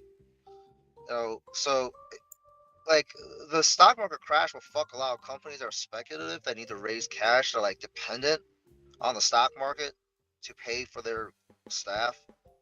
That's why, like, if you guys were here like a month or so ago, Luce was talking about this company called Matterport, where the employee compensation is sky high, which is a pretty bearish thing, especially in like like a bearish economy, where it's hard to extract value out of the stock share prices. But if market really black swans like this, like fucking negative 20%, I'll get like bullets and water. I already got bullets, got some water, got some dry foods.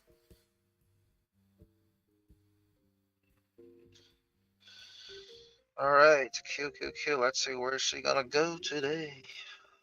I'll do a quick Hey, are chart. we just doing like we just doing casual talk right now? Like it doesn't have to be strictly market related. Yeah, I think that's what's going on with like four people in the chat. Yeah, you know what? I could tie anything back to the market, right? Everything is about the market.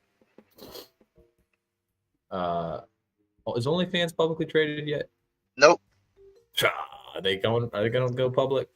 Grind Nope. went public? No. Nope. Is it because if they go public, they're going to get regulations shut down? They might have some pretty borderline illegal stuff going on there. I imagine, yeah. I imagine. Has anyone got any experience with OnlyFans? Luce, are you here? I say if this market goes down anymore, I might need to. I mean, come on. Don't we all expect the market to just keep dumping into the new year and then see what the Fed does in January? And I mean, didn't the Fed basically say we're gonna do another 50? I mean, they telegraphed everything so far, 75, 75, 75. They made it, I mean, it felt like they gave us weeks, like 3 weeks of advance notice, like, hey, we're going 50 basis points. And then they did 50, and now, they said they're going to keep doing 50. I mean, did I misread that? No, you definitely read it right. I just didn't know how much a 50 would dump things. If it's going to dump a little bit or a lot of bit. Are you of the opinion that in order to reduce inflation back down to 1-2%, that the Fed funds rate has to exceed inflation or core CPI? I'm not even going to do a talk on all that stuff I don't know about. Absolutely not. It's my opinion.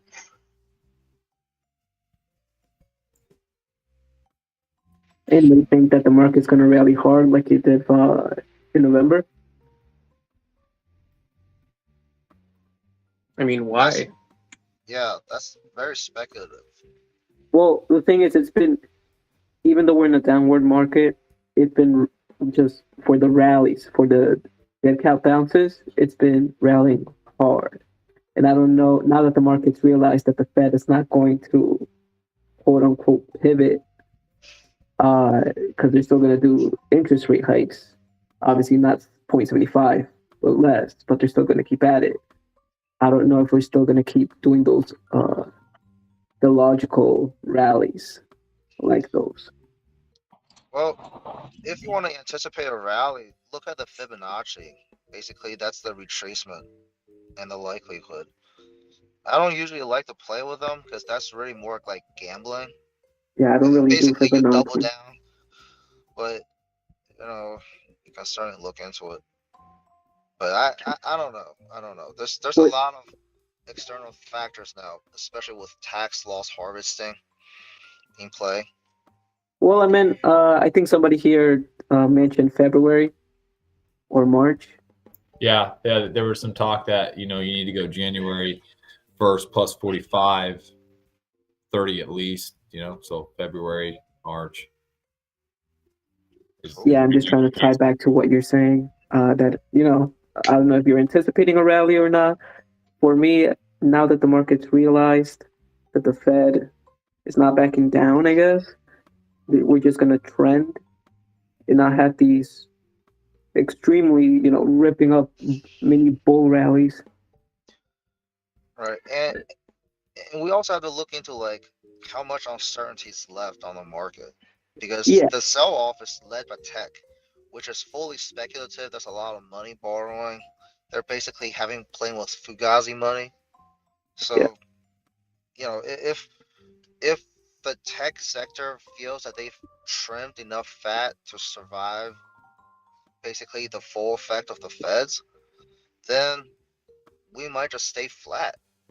Nobody want to. Well, maybe we'll go up a little bit just because people No are. way. I don't know about flat. We're not going flat. I don't We're know not about going flat. up. I mean, look, if the market has at all reacted to the rise in the federal funds rate, right? Then and it's been red. If this is what we're seeing now, what we've been seeing recently over the past few months has been a general downturn.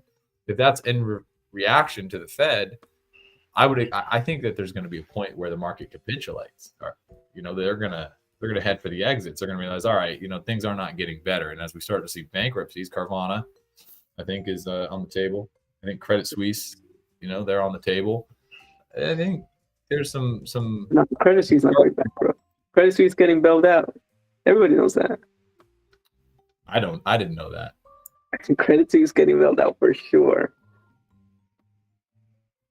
Have you guys read Dollar Endgame? I got positions. I took one today. I'll tell you my most recent one.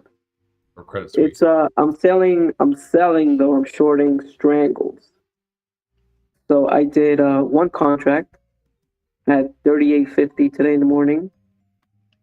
But this is the 15 December 23. So this is a whole year. This is a leap strangle that I'm selling. Credit Suisse? Are you talking about Credit Suisse? No, on the SPX, not Credit Suisse. You asked position, so I just told you my latest position. It's not Credit Suisse though. I apologize for my ignorance. What I see is a big uncertainty factor right now is that it seems to me that inflation is not that strongly tied to the federal funds rate, but Powell seems to signal that he's going to keep raising no matter what, right? I think it's more of a supply chain issue, and also like big spending packages going forward. If the government keeps spending a lot of money and the supply chain is choked off, then that's going to drive up inflation, whether or not the rates get hiked. And I think that to me is an uncertainty factor. That's a good point. Yeah. Although I think hasn't he specifically said that jobs, is one of the metrics, one of the data points that they're sensitive to for these raises, that they need to see more unemployment? Yeah, because he keeps saying that in every meeting, so I think that's one of the big factors for him, that he's looking at unemployment. I mean, obviously, but that's a little bit like curing the patient by killing him. Yeah. It's yeah. Unarguably, this is the most ridiculous thing. I can't believe that we, the people of the United States of America, regardless of which political party you affiliate with, are willing to let this guy come up and say, hey, you know what? We want to see more unemployment. It's like, what? Amen, brother. You're actually Amen. to try and unemploy Americans? Like you're advertising that? That's exactly. Jesus. So our goal for next year is to make things suck more. Just so you know, right? Yeah. No, but you do bring a good point that even though Powell's going to keep increasing rates, government spending is not going to decrease. It might remain the same, or it might just increase since we keep spending more on government programs. It's going to increase. Exactly. So it's kind of like that's the part I'm afraid of. Yeah. Because then they'll keep spending, inflation will stay high, and then Powell will just keep raising the rates, right? And then when eventually Powell pivots, whether it's this year or whether it's next year or whenever, that's even more inflation when he pivots. Eventually, he's going to have to pivot. I mean, what is it? The bond market is predicting spring or summer. He's going to pivot. Everybody's saying he's wrong, but eventually, even whether it's this year or next year or whenever, he's going to pivot, and it's going to increase inflation even more, I think. Yeah, because the Federal Reserve and the Treasury's relationship is about to get sour, isn't it? Because they're going to go. Aren't they already upside down, where the interest payments they're no Yeah, longer? I think somebody made a post about it today in the morning. The liabilities versus the assets on the Fed balance sheet. Yeah, and the interest payments are going to eat all the tax revenue. They're going to eat everything. I mean, there's a great book that was written by somebody who's Peruvian Bull on Twitter. He wrote what was a series of threads on. I'm Peruvian. What's that? I'm Peruvian. I'm not hearing what you're saying. It's from Peru. Oh, you're from Peru. Yeah. Okay. Yeah, I don't know why this guy called himself Peruvian Bull, but he. No, go ahead. Well, he wrote a book, which wasn't a book at first. It was a series of extremely well-researched, well-written words about how he sees the dollar moving forward, and something like a black swan event for the United States dollar. And his conclusion is that it's doomed. That the Fed is going to use inflation, is going to use quantitative easing as it always does to try and solve problems. The everything bubble is going to pop. There's going to be a collapse, and of course, can't predict the exact timeline. But he wrote the book. He put it on Amazon. You get it for like 99 cents or something. But you can go read most of it on Super Stonks, which is a subreddit that was created as an offshoot of WallStreetBets because they were committed to the GME shorting. So sorry to cut in here, but can't actually mention them under threat from sanctions from the admins. So, but you're welcome to reference certain users, just not the community itself. Understood. Okay. Anyways, good book. At least an interesting book. I read it.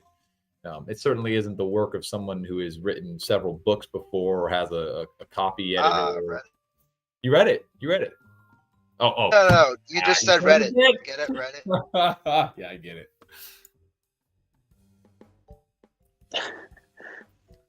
But part of the theory that he's espousing is concerning the assets, that the federal government has, and how this ballooning debt is going to require increasing interest payments. I mean, and very simply, there's no exit ramp. There's no way out. Like you talk about, Powell gets up there and says, we want to see more jobs. I mean, yeah, that's funny. But as far as this theory is concerned, there's no way out of this everything bubble. Like when the people start heading for the exits, they're going to be running over one another. So when we talk about, is the trend going to be generally positive? Is it going to be flat? Is it going to be generally negative? I mean, I think it's just going to be confused until it finally explodes. Right. So basically, that's some of the reasons why we have like these massive market collapses, because of the possible, like it's similar to like a bank run scenario where everybody wants to sell, which further drive down the price, creates panic. Like just kind of like another counter to the case study. Everybody's like very bullish about Chinese banks, right? Remember all those articles about you can only limit how much money you can take out a day from the Chinese banks? Does that ring a bell with anybody? I'm sorry, say it again. The Evergrande crisis? No, not the Evergrande, but like there's like all these news that's coming out from China that you are only limited to a certain amount of money per day to withdraw from. That was banks. Africa. That wasn't China. Was No, it? yeah, that was one of a few of the local banks, not the big banks, but a few of the local village banks, to be specific. Correct. So they're doing this actually quite frequently. As much as it sounds like it's bearish, it's actually a somewhat bullish news, because China is actually using monetary policies derived from lessons of 2008. One of the reasons why the banks got fucked was because everybody wanted to take their money out and start stuffing them in mattresses because they think like the fucking Great Depression was coming. So what China did was it's called monetary control, where they limit the amount of liquid capital that can be removed from the bank. So I is it think good or is it bad? Yeah, go ahead. I think you referenced the Great Depression. I mean, I hate to be this guy, and part of me is motivated to say this just because I don't want to suffer a Great Depression. I've got a wife, I've got kids. But I think that, there's a tendency throughout history and, in modernity, as we're experiencing reality right now, to really highlight things that are exceptional. And then I think in retrospect, people who are not involved, and even people who were involved, as you get further and further from the events, you're going to look back on that and kind of be like, man, that actually looked pretty bad. And I think the Great Depression felt like, didn't feel like the Great Depression when it was happening. And we go in retrospect and we call it the Great Financial Crisis. But I mean, I don't think people are wrong for what I mean. Are you saying that you think that it's a good thing that China has said that? I guess you're arguing from the perspective like the good of the many outweigh the good of the few. So your freedoms be damned if we need to limit withdrawals to ensure that everybody can get their money out look at what you're implying there, right? You're implying that it's a fraudulent system in the first place. If they have to limit your withdrawals, it's like all these people talking about finance, right? All these people arguing about, take your money. It's like, so you got any significant amount of money on any of these exchanges, you shouldn't have any concern unless you are leveraged.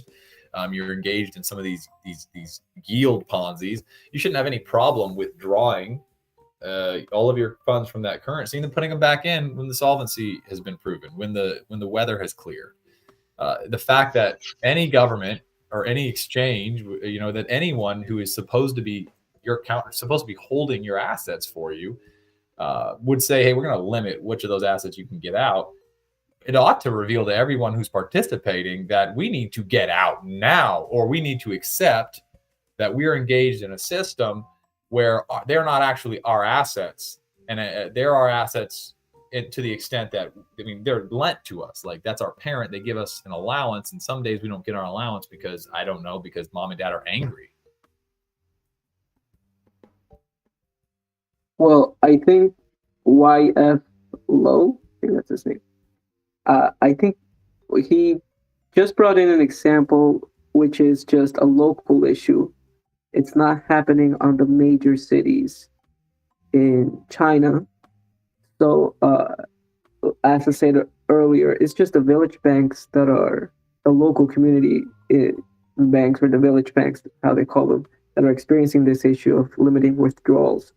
I think it was 2,000 or 5,000 a day, something like that. But that's causing a major run in the banks for the local people that are with those banks. I don't think the problem's going to escalate to the banks because they have more reserves, especially for the inner city banks. I think this issue is just coming up because every bank practices fractional reserve banking. It's just the rush of the people in the local community is higher than the reserves that the local bank has. But again, I don't think this issue is happening at the big local bank. So yeah, that's what I'm saying.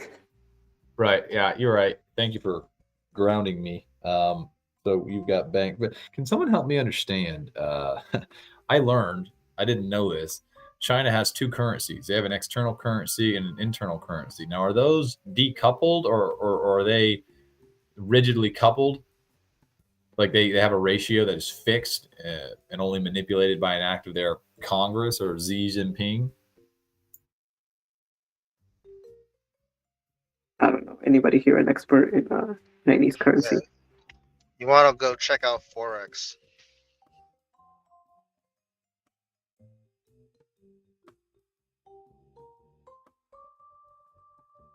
Anybody got any plays? I'm looking at Disney.